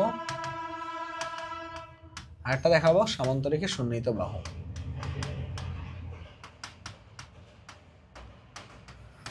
ওকে, এটার পর দেখি আর কয়টা কনসেপ্ট আছে, মানে আমি টার্গেট নিয়েছিলাম আজকে 3টা চ্যাপ্টার শেষ করাই দিব, আমি জানি না শেষ করতে পারবো কিনা, আজকে সকাল থেকে উঠে এগুলার সাথে আমি দৌড়াদৌড়ি করতেছি, তো এর পাশাপাশি আমাদের পেইড বেসের আবার কিছু কার্যক্রম আছে, কারণ এগুলোর পেছনে মানে এই যে হাতে ক্যালকুলেশনের যে ম্যাথগুলোতে দেখলেই তো যে ম্যাক্সিমাম ম্যাথগুলোতে হাতে ক্যালকুলেশন এগুলোতে কি করে একটু ঝামেলা করে, এই কারণে কি হয় বলো তো ভাইয়া, এই কারণে আর কি একটু ঝামেলা হয়ে যায়, জাস্ট ঝামেলাটা না হলে কিন্তু এত প্যারা হইতো না, কারণ হাতে ক্যালকুলেশনের ক্ষেত্রে দেখবা যে কিছু কিছু ম্যাথ হাতে ক্যালকুলেশনে ইজিলি করা যায়, ওগুলো নিয়ে কোনো সমস্যা হয় না, বাট এখানে তো ম্যাক্সিমাম ম্যাথে হাতে ক্যালকুলেশন নাই, এগুলো আগের ম্যাথ ছিল, রিসেন্ট ম্যাক্সিমাম মানে যেগুলো টাইপ আসে সেগুলো আসে, কিন্তু ম্যাক্সিমাম সূত্র ডিরেক্ট সহজ ম্যাথগুলো আসে, তার জন্য কোনো প্যারা হবে না। আমি চেষ্টা করছি সহজে এবং কঠিন সকল ধরনের কিছুই যেন ক্লিয়ার করাতে পারি, যাতে যেই কোনো কিছু আসলে আটকে না যাও, যত ধরনের বড় হাতে ক্যালকুলেশন হোক তাও যাতে করতে পারো, হয়তো আমার টাইম লাগছে, বাট তোমরা কি করতে হবে বলো তো ভাইয়া, তোমাদের মানে টাইম লাগাটা খুব স্বাভাবিক ব্যাপার, এটা পরীক্ষা হলো লাগবে, কিন্তু তোমাদেরকে কি করতে হবে বলো তো ভাইয়া, একদম শেষে এগুলো করতে হবে, মানে যদি না সময় থাকে স্কিপ, ঠিক আছে। ওকে, যেগুলো বড় সামান্তরিক কর্ণের ক্ষেত্রে মনে রাখবা হাফ ইন্টু এই দুটাকে ক্রস গুণফলকে ভাগ করবা, আর সন্নিহিত বাহু হলে জাস্ট এই দুটা ক্রস গুণফলের মানটা করবা, মান বের করবা, তাহলেই হবে। এখন খেয়াল করে দেখো এটা কি বলছে, সামান্তরিক দুটা সন্নিহিত বাহু দেওয়া আছে, তাহলে কি করবা পি ভেক্টর আর কিউ ভেক্টরে কি বের করবা, মান বের করবা, কিভাবে বের করবা, I cap J cap K cap, I ক্যাপের মান কত 1, জে ক্যাপের মান কত -1, কে ক্যাপের মান কত 1, 1 জে ক্যাপের মান কত 1 আর কে ক্যাপের মান হলো -1, আর এখানে কি আসতেছে আই ক্যাপ হলে কি হয়, এটা চলে যাচ্ছে, তাহলে থাকতেছে কি 1 -1 জে ক্যাপ হলে এটা আর এটা চলে যাচ্ছে, তাহলে থাকতেছে কত -1 আর এখানে থাকতেছে কি কে ক্যাপ থাকলে কি হচ্ছে দেখো তো ভাইয়া, কে ক্যাপ থাকলে কি হচ্ছে, ওকে তো কল দেয়, আচ্ছা দেখো কে ক্যাপ থাকলে কি হচ্ছে দেখো তো ভাইয়া 1 আর -1 আছে +1, ঠিক আছে, তার মানে কি হচ্ছে 0 আই ক্যাপ, তার এখানে কি হচ্ছে +2 জে ক্যাপ আর +2 কে ক্যাপ, এটা হলো এটার মান কিভাবে বের করবা বলো তো, এটার মান হবে পি ভেক্টর, ওকে 2 কে ক্যাপ, দেখো পি ভেক্টর আর কিউ ভেক্টরের মান কি হবে, মান হবে যে সহজ হিসাব 2 স্কয়ার + 2 স্কয়ার, মানে কি হবে √8 মানে 2√2, মানে কি হবে 2√2। ওকে, এখানে বলছে সামান্তরিকের ক্ষেত্রফল, এটা কি হবে বলো তো ভাইয়া, এখানে খেয়াল করে দেখো এটা কি বলছে, সন্নিহিত বাহু বললে এটা, আর যখন তোমাকে বলবে যে এই যে দেখো কর্ণ, সামান্তরিকের কর্ণ বললে তখন কি হবে বলো তো ভাইয়া, হাফ ইন্টু জাস্ট কি করবা বলো তো ভাইয়া, এই এ ভেক্টর আর বি ভেক্টরে ক্রস গুণফলটা করলেই কাজ শেষ, ঠিক আছে, মানে জাস্ট হাফ দিয়ে এই মানটা যেটা আসবে সেটাকে তুমি ভাগ করলেই কাজ শেষ হয়ে যাবে, SW তোমাদের। এবার বলছে বি এর বরাবর এ লম্ব বিক্ষেপ কত, মনে রাখবা যার লম্ব বিক্ষেপ তার cos থিটার মানে a cos থিটার। ওকে, ভেক্টর ক্যালকুলাসটা একদম ইজি, এখানে সময় খুব বেশি লাগবে না আমাদের, জাস্ট আমাদেরকে কিছু জিনিস একটু মাথায় রাখতে হবে, ঠিক আছে। ওকে চলো একটু দেখি, ভেক্টর ক্যালকুলাসের জন্য একটা বেসিক জিনিস আমাদেরকে একটু করা লাগবে, সেটা হলো যে এই ভেক্টর অপারেটরটা আগের আমাদের একটু মানটা জানা লাগবে, del/del x * i cap plus del/del y * j cap plus del/del z * k cap, ঠিক আছে। এখন দেখো তোমার যখন এটা কি বলে ম্যাক্সিমাম টাইমে এই জিনিসটা আসে, ডাইভারজেন্সটা আসে আর আসে কি কার্লটা, ঠিক আছে, ডাইভারজেন্স আসে আর একটা কি আসে কার্ল আসে। এখন ধরো তোমাকে, দেখো আমি জাস্ট ম্যাথ দিয়ে বুঝাবো, তাহলে তোমাদের জন্য ইজি হবে, ঠিক আছে? একটা ম্যাথ দেখো, ডাইভারজেন্স কত বলছে। তার মানে ডাইভারজেন্স বললে সবসময় মনে রাখবা যে এই যে এটার সাথে তুমি কি করবা বলো তো ভাইয়া, আর এর ডট গুণফল করবা। ডট গুণফল করা মানে কি বলো তো ভাইয়া, এইখানের মধ্যে শখটা কত ছিল, I K phi del by del X, del by del X, আর এখানে সরি একসাথে করাই দিচ্ছি ডেল বাই ডেল এক্স, আর এখানে আই ক্যাপের সহগ আছে কত 3x, del by del Y, এখানে যে ক্যাপের সহগ আছে কত 2y, আর কি আছে ডেল বাই ডেল জেড, এখানে 4z ইয়ার কত আছে 4z কে ক্যাপের সহগ, তার মানে এখানে আসতেছে কত 3 প্লাস 2 আর প্লাস 4, মানে ডিফারেন্সিয়েশন করলাম 5 আর 9, অ্যান্সার হলো 9। দেখছো এইভাবে দেখো। এরপরে আসো ভাইয়া, এখানেও সেম। দেখো ভাইয়া তোমাকে কি জিজ্ঞেস করতেছে, দেখো তোমাকে জিজ্ঞেস করতেছে ডেল, এই যে এটার সাথে আরটা ডট গুণফল, তার মানে কি হবে del by del X into কি হবে X plus del by del Y into Y plus del by del Z into Z, তার মানে এখানে হবে 1 প্লাস 1 প্লাস 1, মানে হবে 3 হলো কারেক্ট অ্যান্সার। কত 3 হলো কারেক্ট অ্যান্সার। ওকে, এবার আসো টপিক 11, কৃতকাজ। কি কৃতকাজ আমাদের পরীক্ষার সবচেয়ে বেশি এই টপিকটা ইম্পর্টেন্ট, ঠিক আছে? কৃতকাজ থেকে।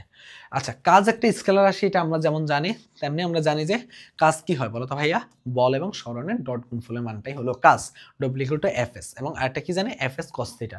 এফ মানে কি এম এস কস থিটা বা M G S cos theta, যেটাই বলো না কেন, এইভাবে তুমি চাইলে এম জি এস কস থিটাও লিখতে পারো। এবার দেখো এখানের মধ্যে সবচেয়ে ইম্পর্টেন্ট পার্ট, থিটার ইকুয়াল টু 0 ডিগ্রি হলে কাজের পরিমাণ কি হয়, সর্বাধিক হয়, কারণ কস 0 ডিগ্রি মান কত হয় 1 হয়।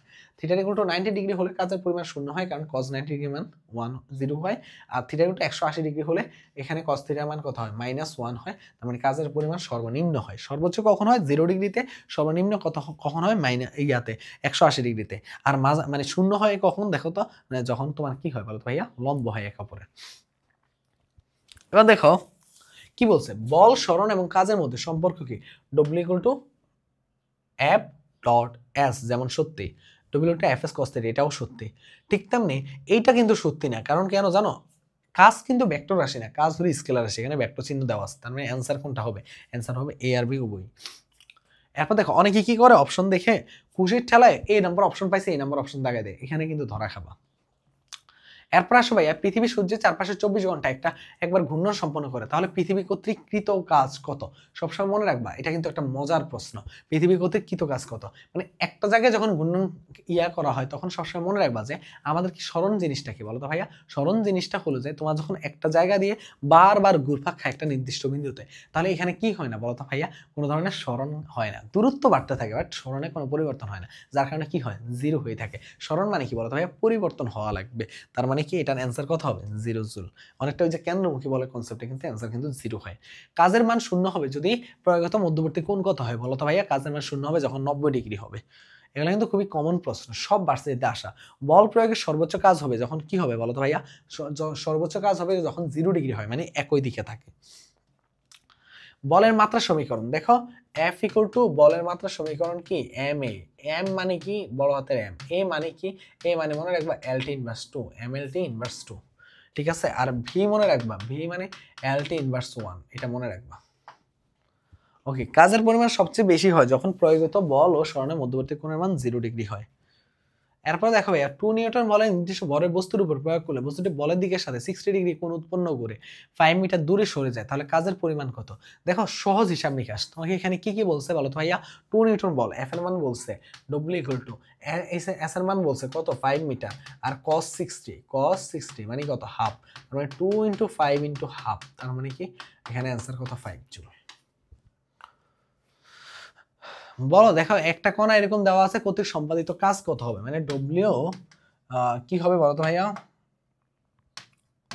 W equal to F dot R, তাহলে এখানে কত হবে বলতো ভাইয়া 20 প্লাস 20 মাইনাস 20, তার মানে 20 জুল। ওকে, এবার আসো আমরা একটা কনসেপ্টে আসলাম, গতিশক্তি। গতিশক্তির কনসেপ্টে আজকে মনে হয় এটা লাস্ট কনসেপ্ট, মানে ইনশাআল্লাহ নেক্সট কনসেপ্টে 13 নম্বর থেকে শুরু হবে, ঠিক আছে? এই কি ইকুয়াল টু আমরা কি জানি বলো তো ভাইয়া গতিশক্তির ক্ষেত্রে হাফ অফ mv স্কয়ার। ঠিক আছে, তো এইখানে দেখো ভাইয়া, এইখানে আবার আমরা একটা জানি কি ভরবেগ equal to p equal to কি জানি আমরা mv জানি। তাহলে এটাকে আমরা চাইলে এইভাবে লিখতে পারি কিনা বলো তো ভাইয়া, m square by v square by নিচে একটা 2m আনলাম, কারণ m এখানে এক্সট্রা করে একটা দিছি আর নিচে একটা m আনলাম ব্যালেন্স করার জন্য। তাহলে এটা mv হোল স্কয়ার লেখা যায়, লেখা যায়, আর ডিভাইডেড বাই কি 2m আছে, তার মানে p স্কয়ার বাই 2m। তার মানে কি কি হবে বলো তো ভাইয়া, এই কি equal to half of mv square আর কি হবে বলো তো ভাইয়া p স্কয়ার বাই 2m। এখন এখান থেকে কয়টা জিনিস একটু জানা লাগবে, কি কি জানা লাগবে দেখো, ইকের সাথে যখন ভর স্থির থাকে তখন ভি স্কয়ার কি হয় বলতো সমানুপাতিক সম্পর্ক থাকে। আবার আরেকটা জিনিস তোমাকে একটু এখান থেকে জানা লাগবে, ইকের সাথে যখন ভর স্থির থাকে তখন কি হয় বলতো ভাইয়া, তখন পি স্কয়ার থাকে সমানুপাতিক আকারে। আবার তোমাকে এটাও জানা লাগবে যে পি স্কয়ারের সাথে যখন গতিশক্তি স্থির থাকে পি স্কয়ারের সাথে কি হয় এম সমানুপাতিক সম্পর্ক থাকে। ঠিক আছে, এরকম কয়েকটা জিনিস তোমাদেরকে জানা লাগবে সমানুপাতিক ব্যস্তানুপাতিকের জন্য। চলো দেখি এখানে কি কি বলছে, গতিশক্তি এবং ভরবেগের সম্পর্ক কি, ইকুয়াল টু এই যেটা। এরপর বলছে ঘূর্ণায়মান গতিশক্তির ক্ষেত্রে কাইনেটিক এনার্জি মানে গতিশক্তি কত।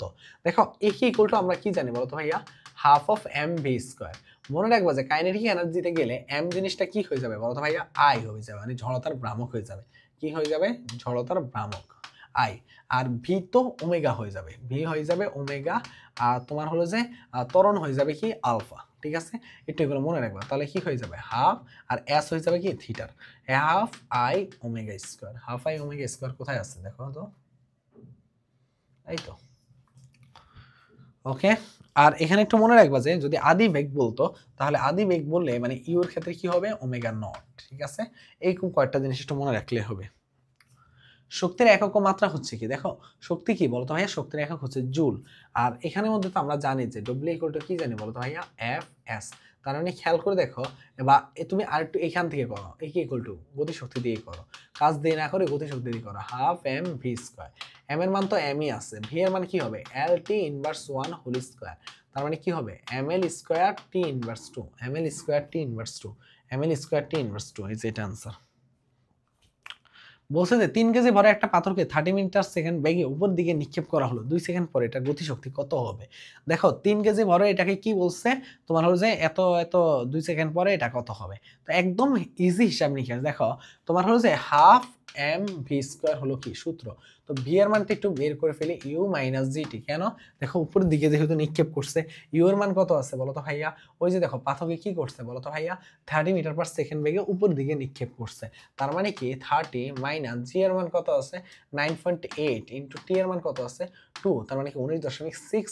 তার মানে কি দেখো তো ভাইয়া 10.4। তার মানে কি দেখো ভাইয়া এরকমই তো, তার মানে হাফ ইন্টু এম এর মান কত আছে 3, আর এখানে ভি এর মান কত হয়েছে মানে 10.4 হোল স্কয়ার। এই যে এটাই হলো ম্যাথ আমাদের। তো মানে এগুলো আসা মানে কিভাবে করবা বুঝতে পারছো, এগুলো যখন পরীক্ষা আসবে তোমাদেরকে একদম ইজি হইতে, মানে কঠিন করা যাবে না, জাস্ট কঠিন করা যাবে না। এরকম টাইপের আরেকটা প্রশ্ন রাখছিলাম আমি যাতে তোমাদের একটু বুঝতে সুবিধা হয়, কোথায় যে রাখছি না, মানে অনেকগুলা প্রশ্ন তো মানে কোথায় যে কোনটা রাখা হয় মাঝে মাঝে।